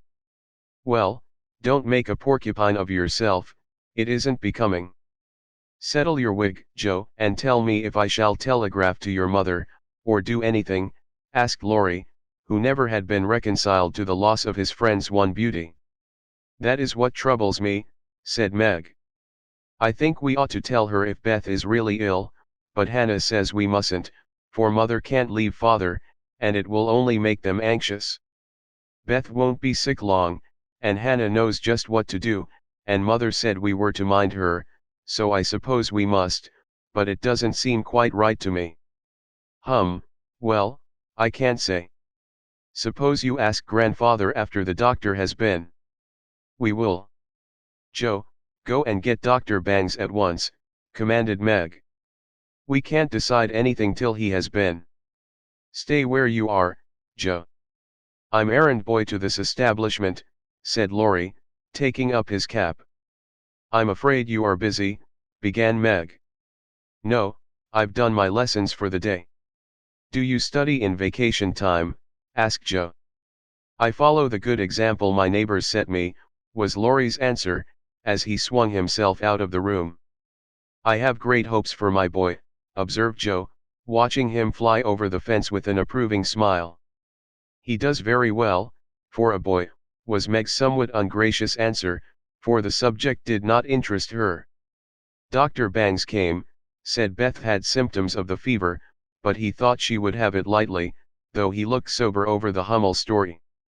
Amy was ordered off at once, and provided with something to ward off danger, she departed in great state, with Joe and Laurie as escort. Aunt March received them with her usual hospitality. What do you want now? She asked, looking sharply over her spectacles, while the parrot, sitting on the back of her chair, called out. Go away. No boys allowed here. Laurie retired to the window, and Joe told her story. No more than I expected, if you are allowed to go poking about among poor folks.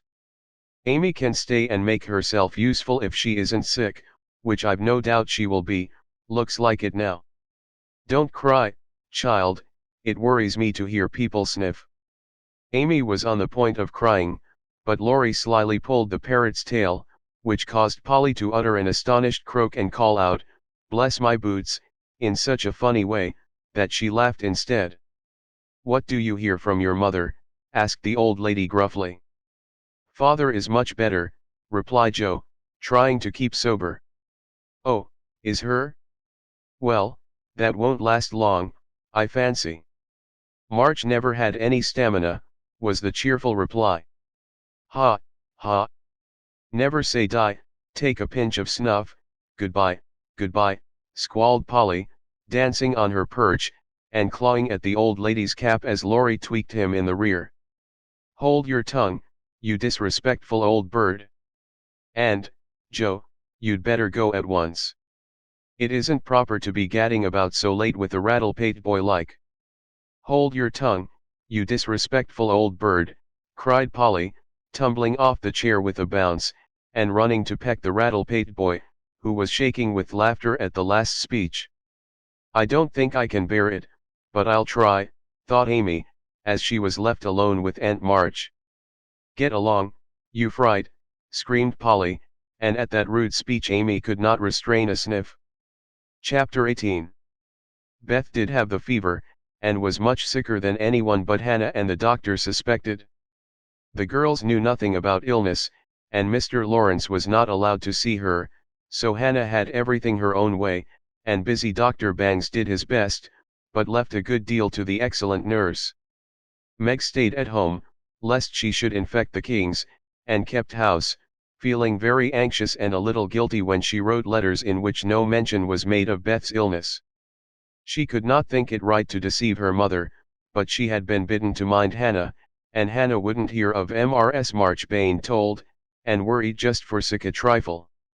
Jo devoted herself to Beth day and night, not a hard task, for Beth was very patient, and bore her pain uncomplainingly as long as she could control herself. But there came a time when during the fever fits she began to talk in a hoarse, broken voice, to play on the coverlet as if on her beloved little piano, and try to sing with a throat so swollen that there was no music left, a time when she did not know the familiar faces around her, but addressed them by wrong names, and called imploringly for her mother. Then Jo grew frightened, Meg begged to be allowed to write the truth, and even Hannah said she would think of it, though there was no danger yet. A letter from Washington added to their trouble, for Mr. March had had a relapse, and could not think of coming home for a long while. How dark the days seemed now, how sad and lonely the house, and how heavy were the hearts of the sisters as they worked and waited, while the shadow of death hovered over the once happy home. Then it was that Margaret, sitting alone with tears dropping often on her work, felt how rich she had been in things more precious than any luxuries money could buy in love, protection, peace, and health, the real blessings of life.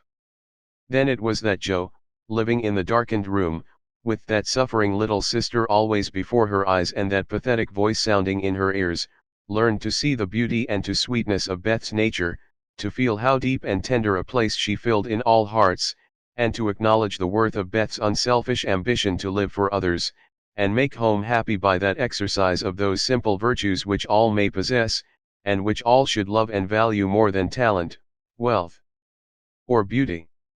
And Amy, in her exile, longed eagerly to be at home, that she might work for Beth, feeling now that no service would be hard or irksome, and remembering, with regretful grief, how many neglected tasks those willing hands had done for her.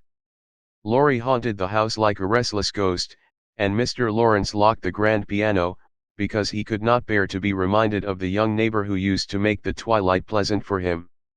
Everyone missed Beth. The milkman, baker, grocer, and butcher inquired how she did. Poor Mrs. Hummel came to beg pardon for her thoughtlessness and to get a shroud for Minna. The neighbors sent all sorts of comforts and good wishes, and even those who knew her best were surprised to find how many friends shy little Beth had made. Meanwhile she lay on her bed with old Joanna at her side, for even in her wanderings she did not forget her forlorn protégé. She longed for her cats, but would not have them brought, lest they should get sick, and in her quiet hours she was full of anxiety about Jo. She sent loving messages to Amy, bade them tell her mother that she would write soon, and often begged for pencil and paper to try to say a word, that father might not think she had neglected him. But soon even these intervals of consciousness ended, and she lay hour after hour, tossing to and fro, with incoherent words on her lips, or sank into a heavy sleep which brought her no refreshment. Dr. Bangs came twice a day. Hannah sat up at night.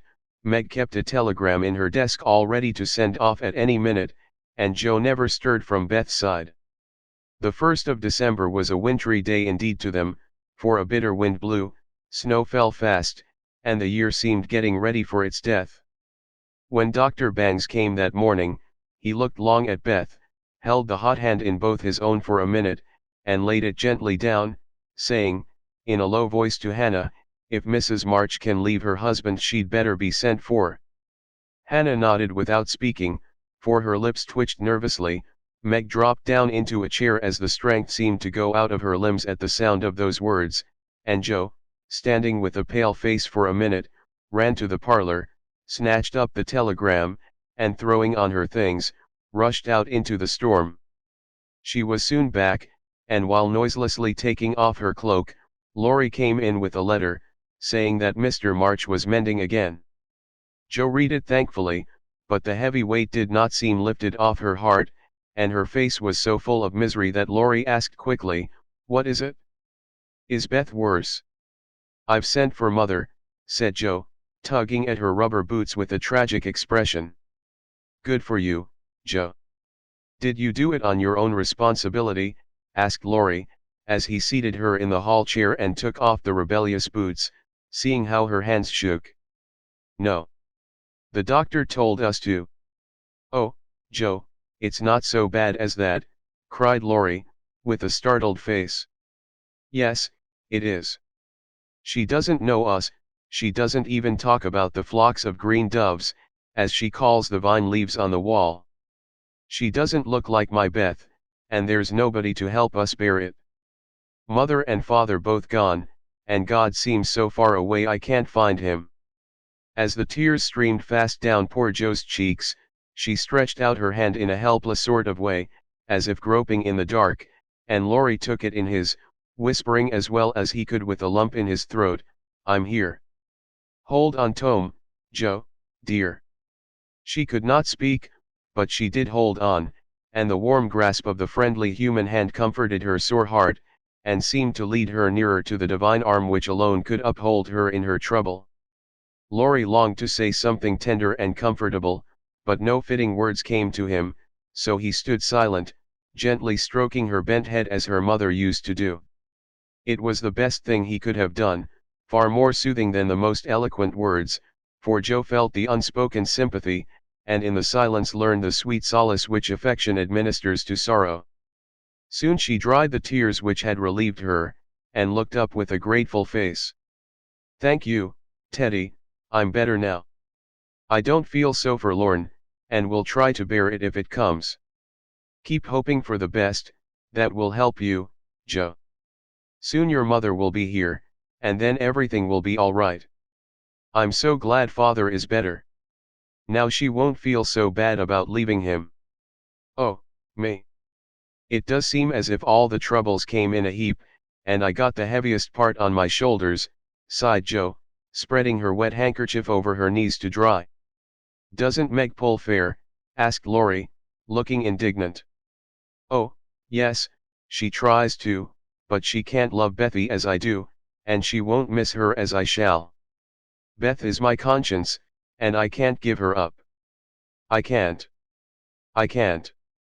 Down went Joe's face into the wet handkerchief, and she cried despairingly, for she had kept up bravely till now and never shed a tear. Laurie drew his hand across his eyes, but could not speak till he had subdued the choky feeling in his throat and steadied his lips. It might be unmanly, but he couldn't help it, and I am glad of it. Presently, as Joe's sobs quieted, he said hopefully, "I don't think she will die. She's so good, and we all love her so much, I don't believe God will take her away yet." "The good and dear people always do die," groaned Joe, but she stopped crying, for her friend's words cheered her up in spite of her own doubts and fears. "Poor girl, you're worn out. It isn't like you to be forlorn. Stop a bit. I'll hearten you up in a jiffy." Laurie went off 2 stairs at a time, and Joe laid her wearied head down on Beth's little brown hood, which no one had thought of moving from the table where she left it. It must have possessed some magic, for the submissive spirit of its gentle owner seemed to enter into Joe, and when Laurie came running down with a glass of wine, she took it with a smile, and said bravely, "I drink health to my Beth. You are a good doctor, Teddy, and such a comfortable friend. How can I ever pay you?" she added, as the wine refreshed her body, as the kind words had done her troubled mind. "I'll send my bill, by and by, and tonight I'll give you something that will warm the cockles of your heart better than quarts of wine," said Laurie, beaming at her with a face of suppressed satisfaction at something. "What is it?" cried Joe, forgetting her woes for a minute in her wonder. "I telegraphed to your mother yesterday, and Brooke answered she'd come at once, and she'll be here tonight, and everything will be all right. Aren't you glad I did it?" Laurie spoke very fast, and turned red and excited all in a minute, for he had kept his plot a secret, for fear of disappointing the girls or harming Beth. Joe grew quite white, flew out of her chair, and the moment he stopped speaking she electrified him by throwing her arms round his neck, and crying out, with a joyful cry, "Oh, Laurie! Oh, mother! I am so glad!" She did not weep again, but laughed hysterically, and trembled and clung to her friend as if she was a little bewildered by the sudden news. Laurie, though decidedly amazed, behaved with great presence of mind. He patted her back soothingly, and finding that she was recovering, followed it up by a bashful kiss or two, which brought Joe round at once. Holding on to the banisters, she put him gently away, saying breathlessly, "Oh, don't. I didn't mean to, it was dreadful of me, but you were such a dear to go and do it in spite of Hannah that I couldn't help flying at you. Tell me all about it, and don't give me wine again, it makes me act so." "I don't mind," laughed Laurie, as he settled his tie. "Why, you see I got fidgety, and so did Grandpa. We thought Hannah was overdoing the authority business, and your mother ought to know. She'd never forgive us if Beth. Well, if anything happened, you know. So I got Grandpa to say it was high time we did something, and off I pelted to the office yesterday, for the doctor looked sober, and Hannah most took my head off when I proposed a telegram. I never can bear to be lorded over, so that settled my mind, and I did it. Your mother will come, I know, and the late train is in at 2 a.m. I shall go for her, and you've only got to bottle up your rapture, and keep Beth quiet till that blessed lady gets here. Laurie, you're an angel. How shall I ever thank you? Fly at me again." "I rather liked it," said Laurie, looking mischievous, a thing he had not done for a fortnight. "No, thank you. I'll do it by proxy, when your grandpa comes. Don't tease, but go home and rest, for you'll be up half the night. Bless you, Teddy, bless you." Joe had backed into a corner, and as she finished her speech, she vanished precipitately into the kitchen, where she sat down upon a dresser and told the assembled cats that she was happy, oh, so happy, while Laurie departed, feeling that he had made a rather neat thing of it. "That's the interferingest chap I ever see, but I forgive him and do hope Mrs. March is coming right away," said Hannah, with an air of relief, when Joe told the good news. Meg had a quiet rapture, and then brooded over the letter, while Joe set the sick room in order, and Hannah knocked up a couple of pies in case of company unexpected. A breath of fresh air seemed to blow through the house, and something better than sunshine brightened the quiet rooms. Everything appeared to feel the hopeful change. Beth's bird began to chirp again, and a half-blown rose was discovered on Amy's bush in the window. The fires seemed to burn with unusual cheeriness, and every time the girls met, their pale faces broke into smiles as they hugged one another, whispering encouragingly, "Mother's coming, dear. Mother's coming." Everyone rejoiced but Beth. She lay in that heavy stupor, alike unconscious of hope and joy, doubt and danger. It was a piteous sight, the once rosy face so changed and vacant, the once busy hands so weak and wasted, the once smiling lips quite dumb, and the once pretty, well-kept hair scattered rough and tangled on the pillow. All day she say so, only rousing now and then to mutter, "Water," with lips so parched they could hardly shape the word. All day Joe and Meg hovered over her, watching, waiting, hoping, and trusting in God and Mother, and all day the snow fell, the bitter wind raged, and the hours dragged slowly by. But night came at last, and every time the clock struck, the sisters, still sitting on either side of the bed, looked at each other with brightening eyes, for each hour brought help nearer. The doctor had been in to say that some change, for better or worse, would probably take place about midnight, at which time he would return. Hannah, quite worn out, lay down on the sofa at the bed's foot and fell fast asleep. Mr. Lawrence marched to and fro in the parlor, feeling that he would rather face a rebel battery than Mrs. March's countenance as she entered. Laurie lay on the rug, pretending to rest, but staring into the fire with the thoughtful look which made his black eyes beautifully soft and clear. The girls never forgot that night, for no sleep came to them as they kept their watch, with that dreadful sense of powerlessness which comes to us in hours like those. "If God spares Beth, I never will complain again," whispered Meg earnestly. "If God spares Beth, I'll try to love and serve him all my life," answered Joe, with equal fervor. "I wish I had no heart, it aches so," sighed Meg, after a pause. "If life is often as hard as this, I don't see how we ever shall get through it," added her sister despondently. Here the clock struck 12, and both forgot themselves in watching Beth, for they fancied a change passed over her wan face. The house was still as death, and nothing but the wailing of the wind broke the deep hush. Weary Hannah slept on, and no one but the sisters saw the pale shadow which seemed to fall upon the little bed. An hour went by, and nothing happened except Laurie's quiet departure for the station. Another hour, still no one came, and anxious fears of delay in the storm, or accidents by the way, or, worst of all, a great grief at Washington, haunted the girls. It was past 2, when Joe, who stood at the window thinking how dreary the world looked in its winding sheet of snow, heard a movement by the bed, and turning quickly, saw Meg kneeling before their mother's easy chair with her face hidden. A dreadful fear passed coldly over Joe, as she thought, "Beth is dead, and Meg is afraid to tell me." She was back at her post in an instant, and to her excited eyes a great change seemed to have taken place. The fever flush and the look of pain were gone, and the beloved little face looked so pale and peaceful in its utter repose that Joe felt no desire to weep or to lament. Leaning low over this dearest of her sisters, she kissed the damp forehead with her heart on her lips, and softly whispered, "Goodbye, my Beth. Goodbye."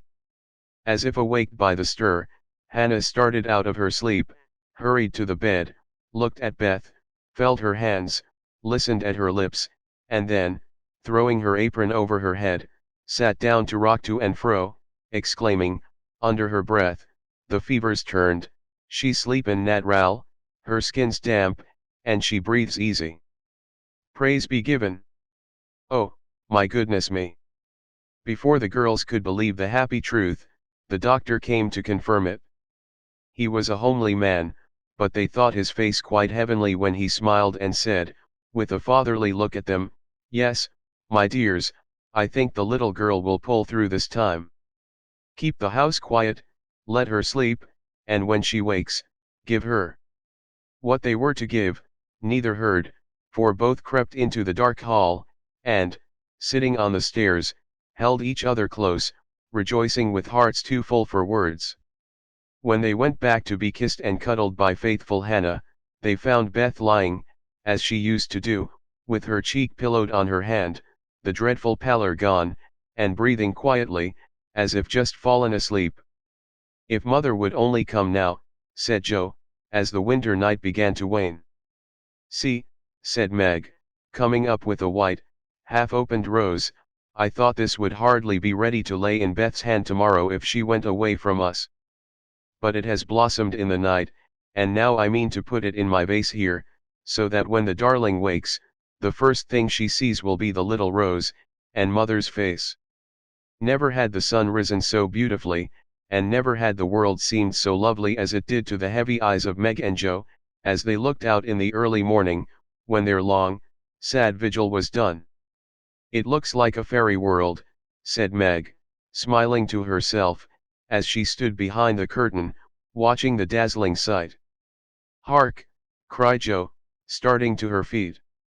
Yes, there was a sound of bells at the door below, a cry from Hannah, and then Laurie's voice saying in a joyful whisper, "Girls, she's come. She's come." Chapter 19. While these things were happening at home, Amy was having hard times at Aunt March's.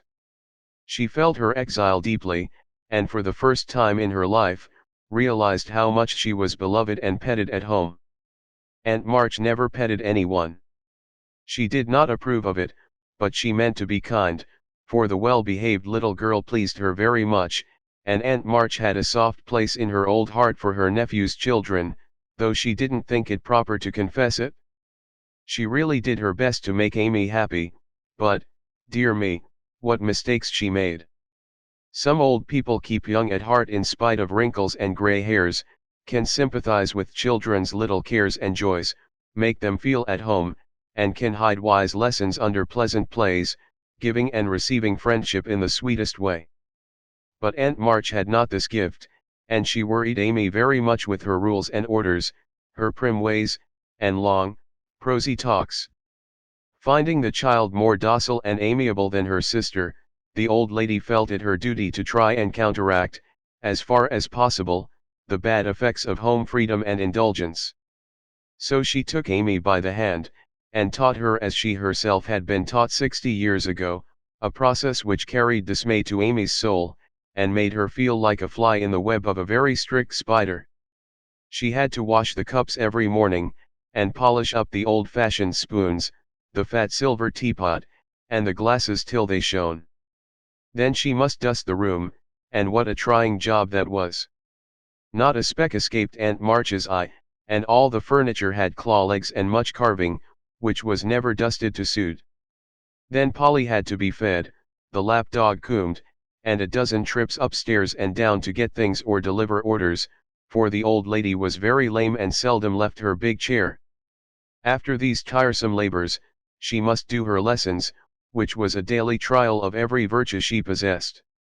Then she was allowed 1 hour for exercise or play, and didn't she enjoy it? Laurie came every day, and wheedled Aunt March till Amy was allowed to go out with him, when they walked and rode and had capital times. After dinner, she had to read aloud, and sit still while the old lady slept, which she usually did for an hour, as she dropped off over the first page. Then patchwork or towels appeared, and Amy sewed with outward meekness and inward rebellion till dusk, when she was allowed to amuse herself as she liked till tea time.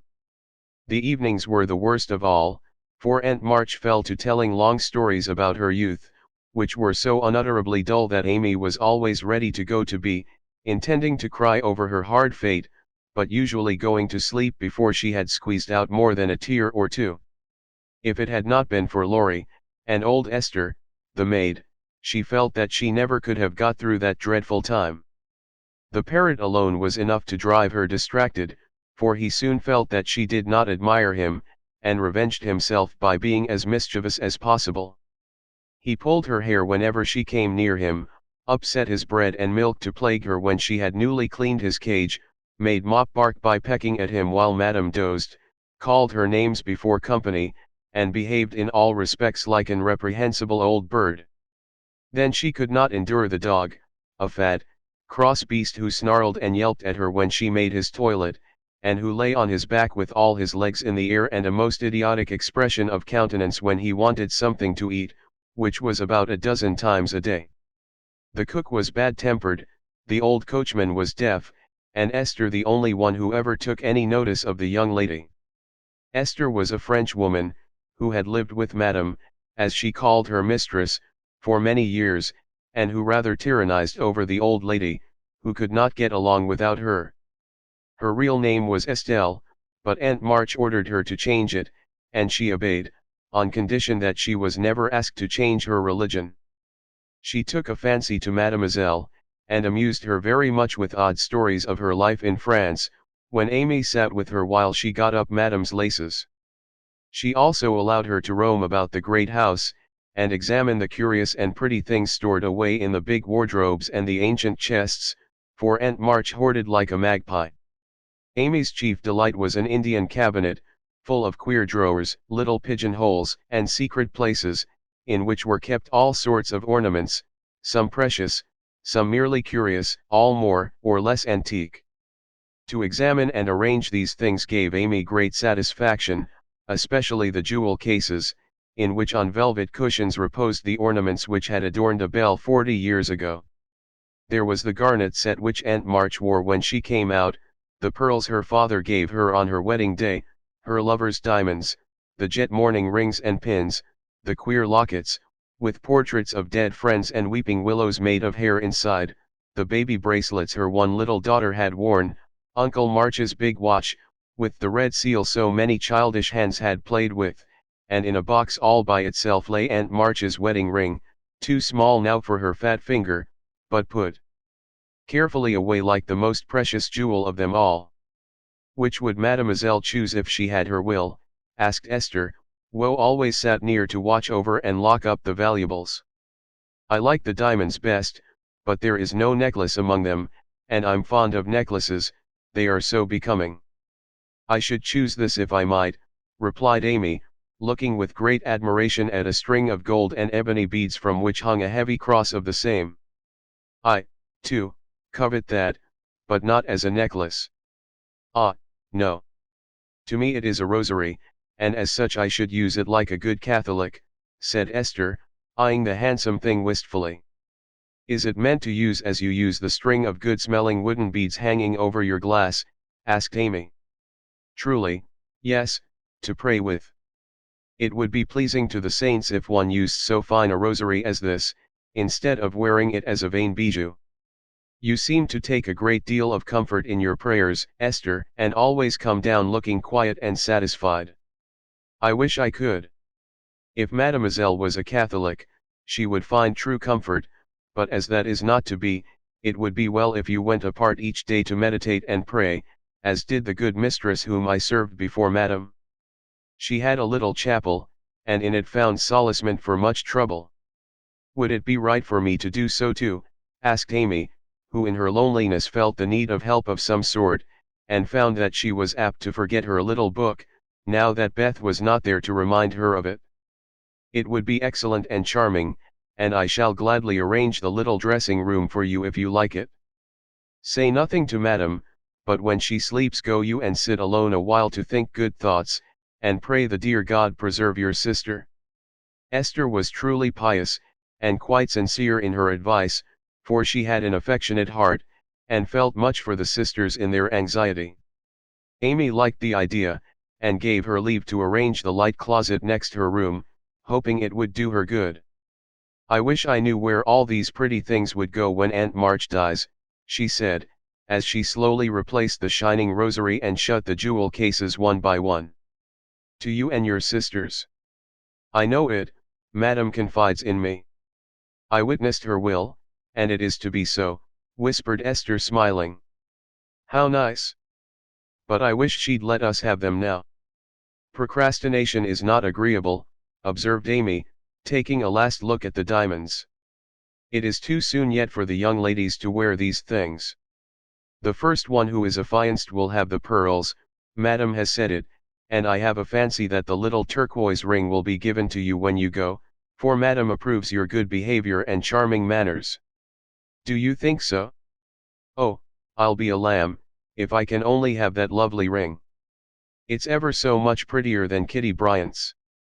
I do like Aunt March after all." And Amy tried on the blue ring with a delighted face and a firm resolve to earn it. From that day she was a model of obedience, and the old lady complacently admired the success of her training. Esther fitted up the closet with a little table, placed a footstool before it, and over it a picture taken from one of the shut-up rooms.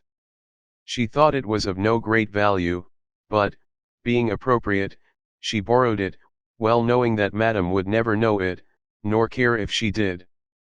It was, however, a very valuable copy of one of the famous pictures of the world, and Amy's beauty-loving eyes were never tired of looking up at the sweet face of the Divine Mother, while her tender thoughts of her own were busy at her heart.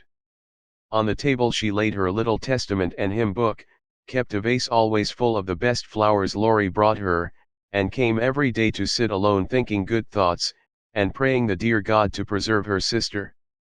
Esther had given her a rosary of black beads with a silver cross, but Amy hung it up and did not use it, feeling doubtful as to its fitness for Protestant prayers. The little girl was very sincere in all this, for being left alone outside the safe home nest, she felt the need of some kind hand to hold by so sorely that she instinctively turned to the strong and tender friend, whose fatherly love most closely surrounds his little children. She missed her mother's help to understand and rule herself, but having been taught where to look, she did her best to find the way and walk in it confidingly. But Amy was a young pilgrim, and just now her burden seemed very heavy. She tried to forget herself, to keep cheerful, and be satisfied with doing right, though no one saw or praised her for it. In her first effort at being very, very good, she decided to make her will, as Aunt March had done, so that if she did fall ill and die, her possessions might be justly and generously divided. It cost her a pang even to think of giving up the little treasures which in her eyes were as precious as the old lady's jewels.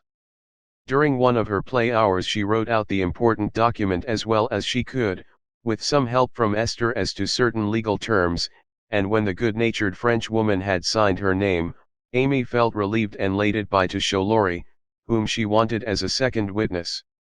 As it was a rainy day, she went upstairs to amuse herself in one of the large chambers, and took Polly with her for company. In this room there was a wardrobe full of old-fashioned costumes with which Esther allowed her to play, and it was her favorite amusement to array herself in the faded brocades, and parade up and down before the long mirror, making stately curtsies, and sweeping her train about with a rustle which delighted her ears. So busy was she on this day that she did not hear Laurie's ring nor see his face peeping in at her as she gravely promenaded to and fro, flirting her fan and tossing her head, on which she wore a great pink turban, contrasting oddly with her blue brocade dress and yellow quilted petticoat.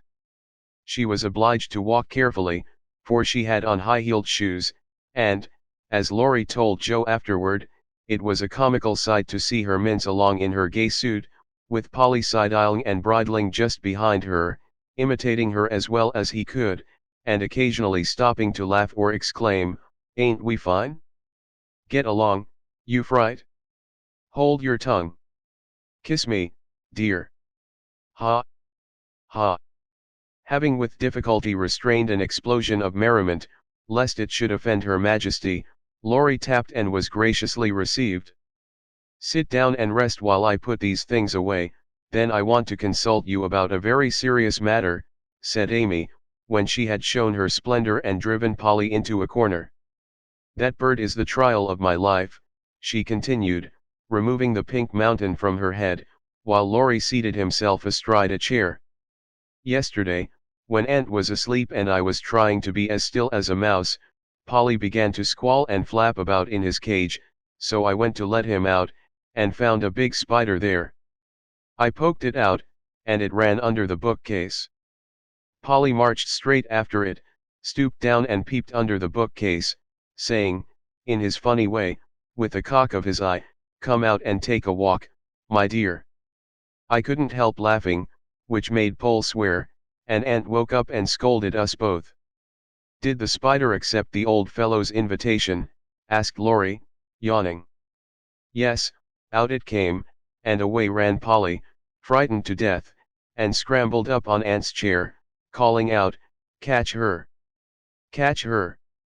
Catch her!' as I chased the spider." "That's a lie."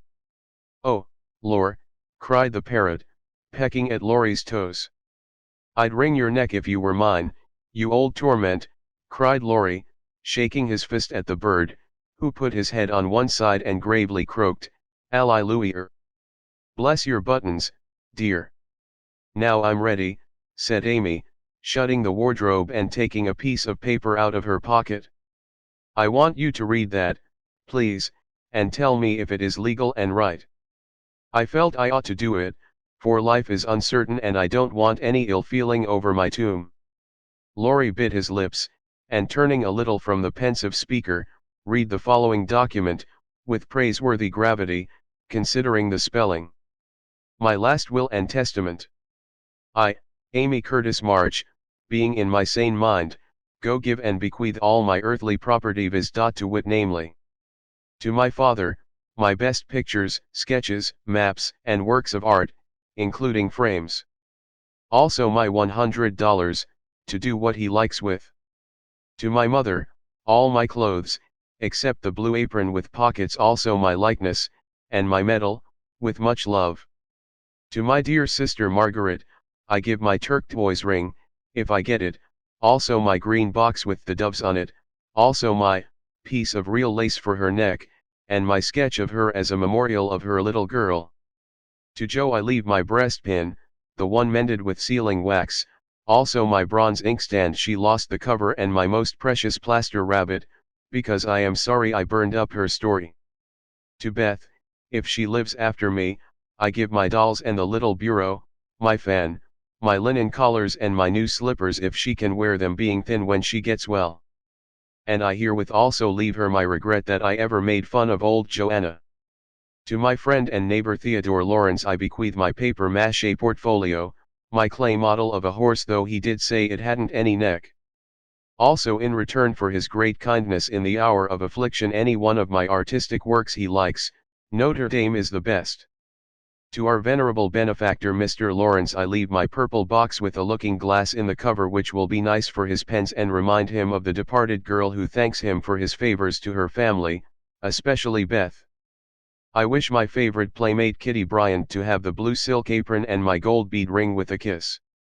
To Hannah I give the bandbox she wanted and all the patchwork I leave hoping she will remember me, when at UC. And now having disposed of my most valuable property I hope all will be satisfied and not blame the dead. I forgive everyone, and trust we may all meet when the trump shall sound. Amen. To this will and testament I set my hand and seal on this 20th day of November. Annie Domino 1861. Amy Curtis March Witnesses. Estelle Valner. Theodore Lawrence. The last name was written in pencil, and Amy explained that he was to rewrite it in ink and seal it up for her properly. What put it into your head? Did anyone tell you about Beth's giving away her things? Asked Laurie soberly, as Amy laid a bit of red tape, with sealing wax, a taper, and a standish before him. She explained and then asked anxiously, what about Beth? I'm sorry I spoke, but as I did, I'll tell you. She felt so ill one day that she told Joe she wanted to give her piano to Meg, her cats to you, and the poor old doll to Joe, who would love it for her sake. She was sorry she had so little to give, and left locks of hair to the rest of us, and her best love to Grandpa. She never thought of a will. Laurie was signing and sealing as he spoke, and did not look up till a great tear dropped on the paper.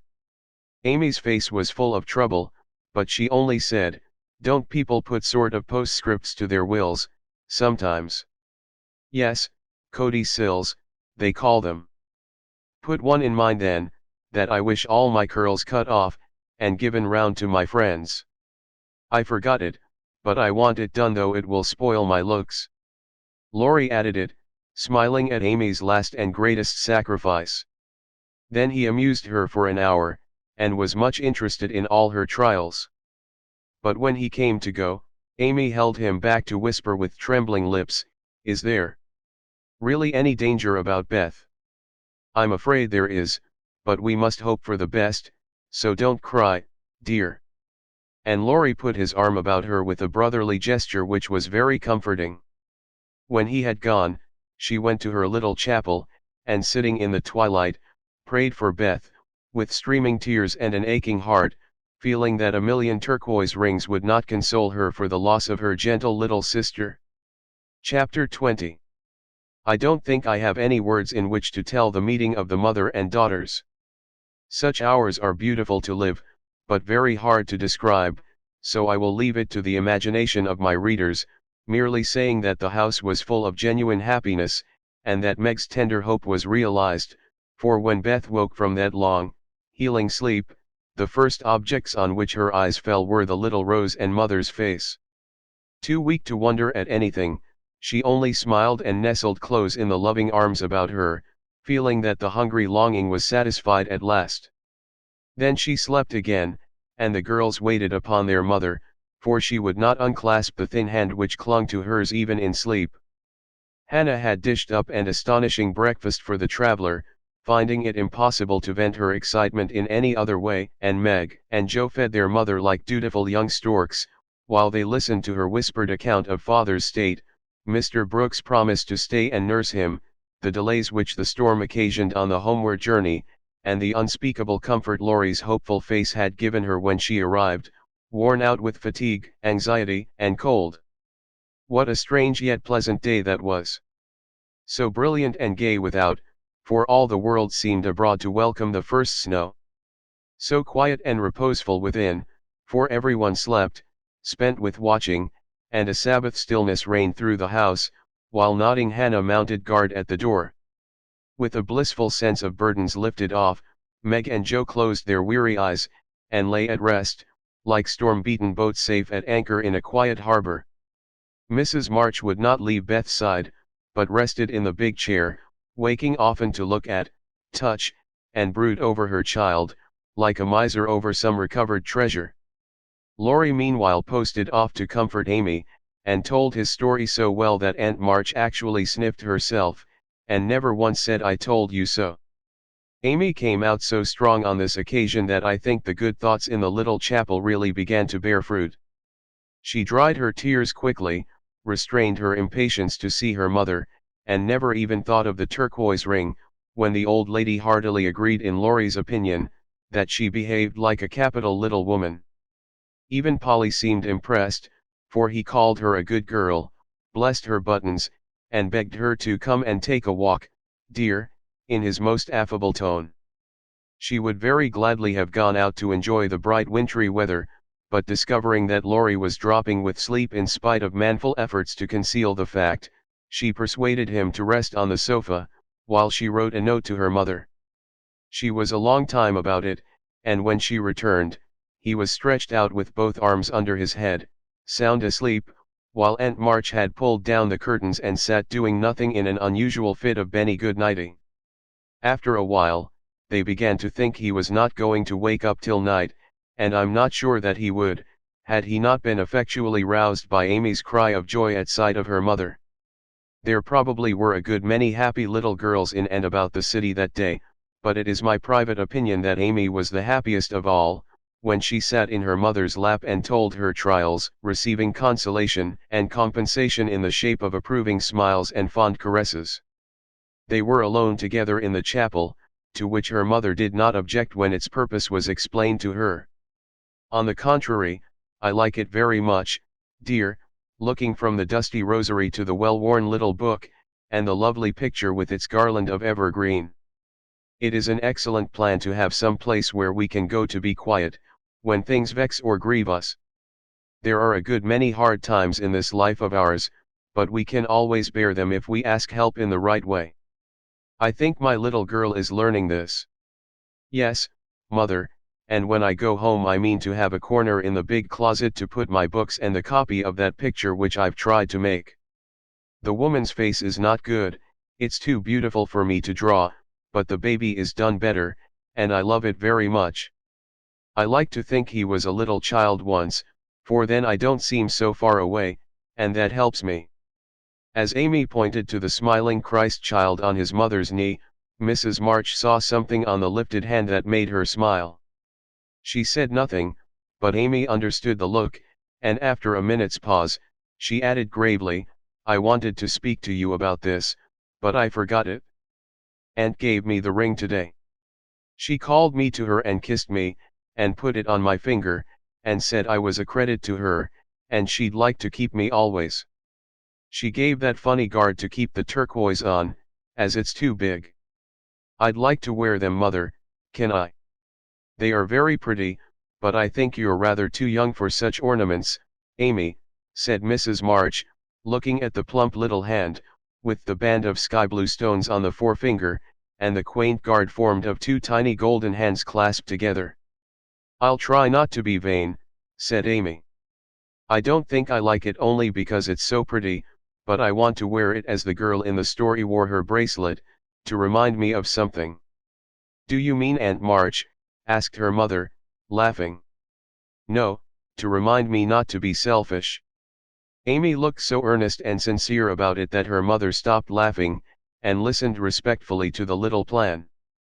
"I've thought a great deal lately about my bundle of naughties, and being selfish is the largest one in it, so I'm going to try hard to cure it, if I can.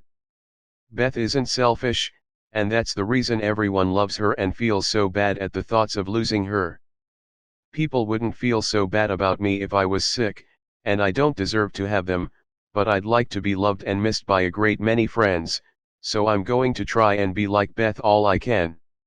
I'm apt to forget my resolutions, but if I had something always about me to remind me, I guess I should do better.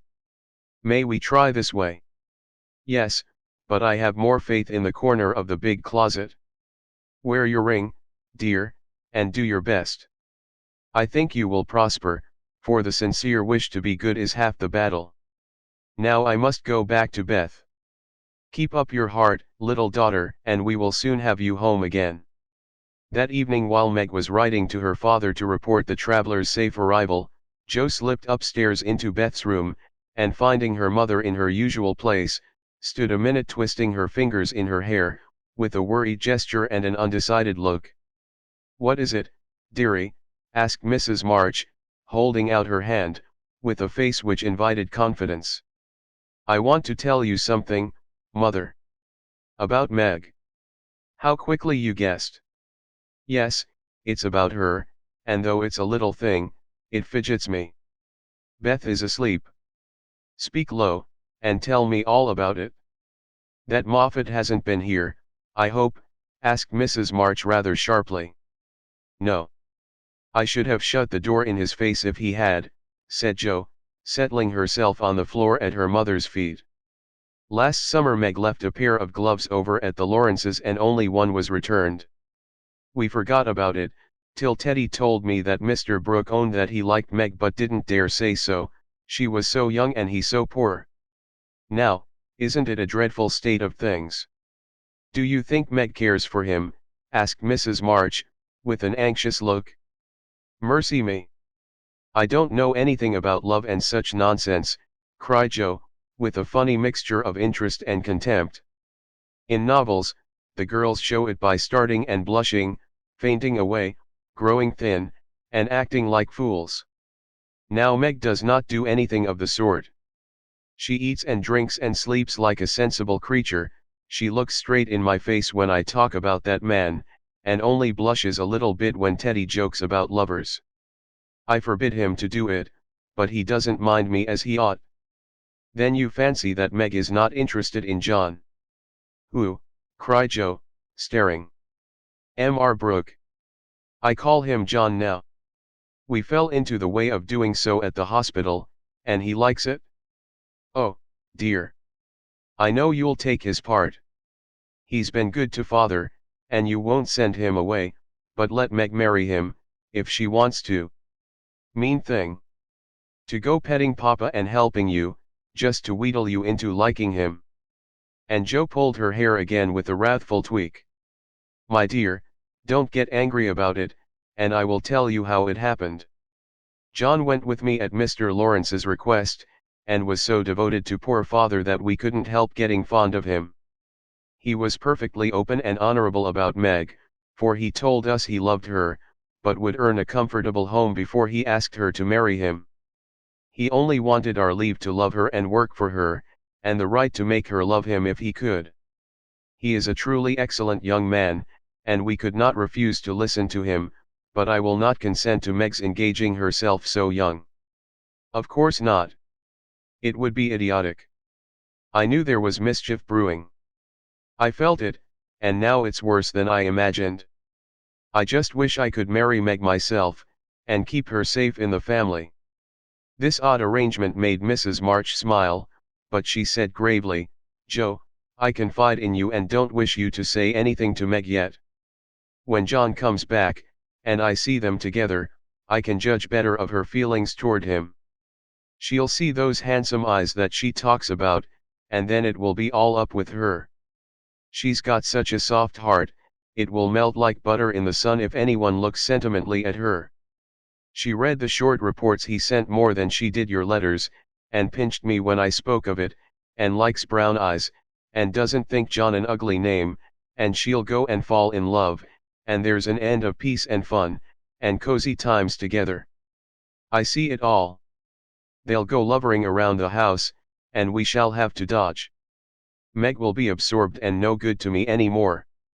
Brooke will scratch up a fortune somehow, carry her off, and make a hole in the family, and I shall break my heart, and everything will be abominably uncomfortable. Oh, dear me. Why weren't we all boys, then there wouldn't be any bother. Jo leaned her chin on her knees in a disconsolate attitude and shook her fist at the reprehensible John. Mrs. March sighed, and Jo looked up with an air of relief. You don't like it, mother? I'm glad of it. Let's send him about his business, and not tell Meg a word of it, but all be happy together as we always have been. I did wrong to sigh, Jo. It is natural and right you should all go to homes of your own in time, but I do want to keep my girls as long as I can, and I am sorry that this happened so soon, for Meg is only 17 and it will be some years before John can make a home for her. Your father and I have agreed that she shall not bind herself in any way, nor be married, before 20. If she and John love one another, they can wait, and test the love by doing so. She is conscientious, and I have no fear of her treating him unkindly. My pretty, tender-hearted girl. I hope things will go happily with her. Hadn't you rather have her marry a rich man? Asked Jo, as her mother's voice faltered a little over the last words. Money is a good and useful thing, Jo, and I hope my girls will never feel the need of it too bitterly, not be tempted by too much. I should like to know that John was firmly established in some good business, which gave him an income large enough to keep free from debt and make Meg comfortable. I'm not ambitious for a splendid fortune, a fashionable position, or a great name for my girls. If rank and money come with love and virtue, also, I should accept them gratefully, and enjoy your good fortune, but I know, by experience, how much genuine happiness can be had in a plain little house, where the daily bread is earned, and some privations give sweetness to the few pleasures. I am content to see Meg begin humbly, for if I am not mistaken, she will be rich in the possession of a good man's heart, and that is better than a fortune. I understand, mother, and quite agree, but I'm disappointed about Meg, for I'd planned to have her marry Teddy by and sit in the lap of luxury all her days. Wouldn't it be nice? Asked Jo, looking up with a brighter face. He is younger than she, you know, began Mrs. March, but Jo broke in. Only a little. He's old for his age, and tall, and can be quite grown up in his manners if he likes. Then he's rich and generous and good, and loves us all, and I say it's a pity my plan is spoiled. I'm afraid Laurie is hardly grown up enough for Meg, and altogether too much of a weathercock just now for anyone to depend on. Don't make plans, Jo, but let time and their own hearts mate your friends.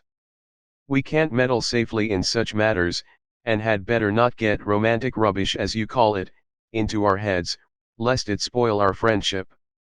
Well, I won't, but I hate to see things going all crisscross and getting snarled up, when a pull here and a snip there would straighten it out. I wish wearing flat irons on our heads would keep us from growing up. But buds will be roses, and kittens cats, more's the pity. What's that about flat irons and cats? Asked Meg, as she crept into the room with the finished letter in her hand. Only one of my stupid speeches. I'm going to bed. Come, Peggy, said Jo, unfolding herself like an animated puzzle. Quite right, and beautifully written. Please add that I send my love to John, said Mrs. March, as she glanced over the letter and gave it back. Do you call him John? asked Meg, smiling, with her innocent eyes looking down into her mother's. Yes, he has been like a son to us, and we are very fond of him, replied Mrs. March, returning the look with a keen one. I'm glad of that, he is so lonely. Good night, mother, dear. It is so inexpressibly comfortable to have you here, was Meg's answer. The kiss her mother gave her was a very tender one, and as she went away, Mrs. March said, with a mixture of satisfaction and regret, she does not love John yet, but will soon learn to.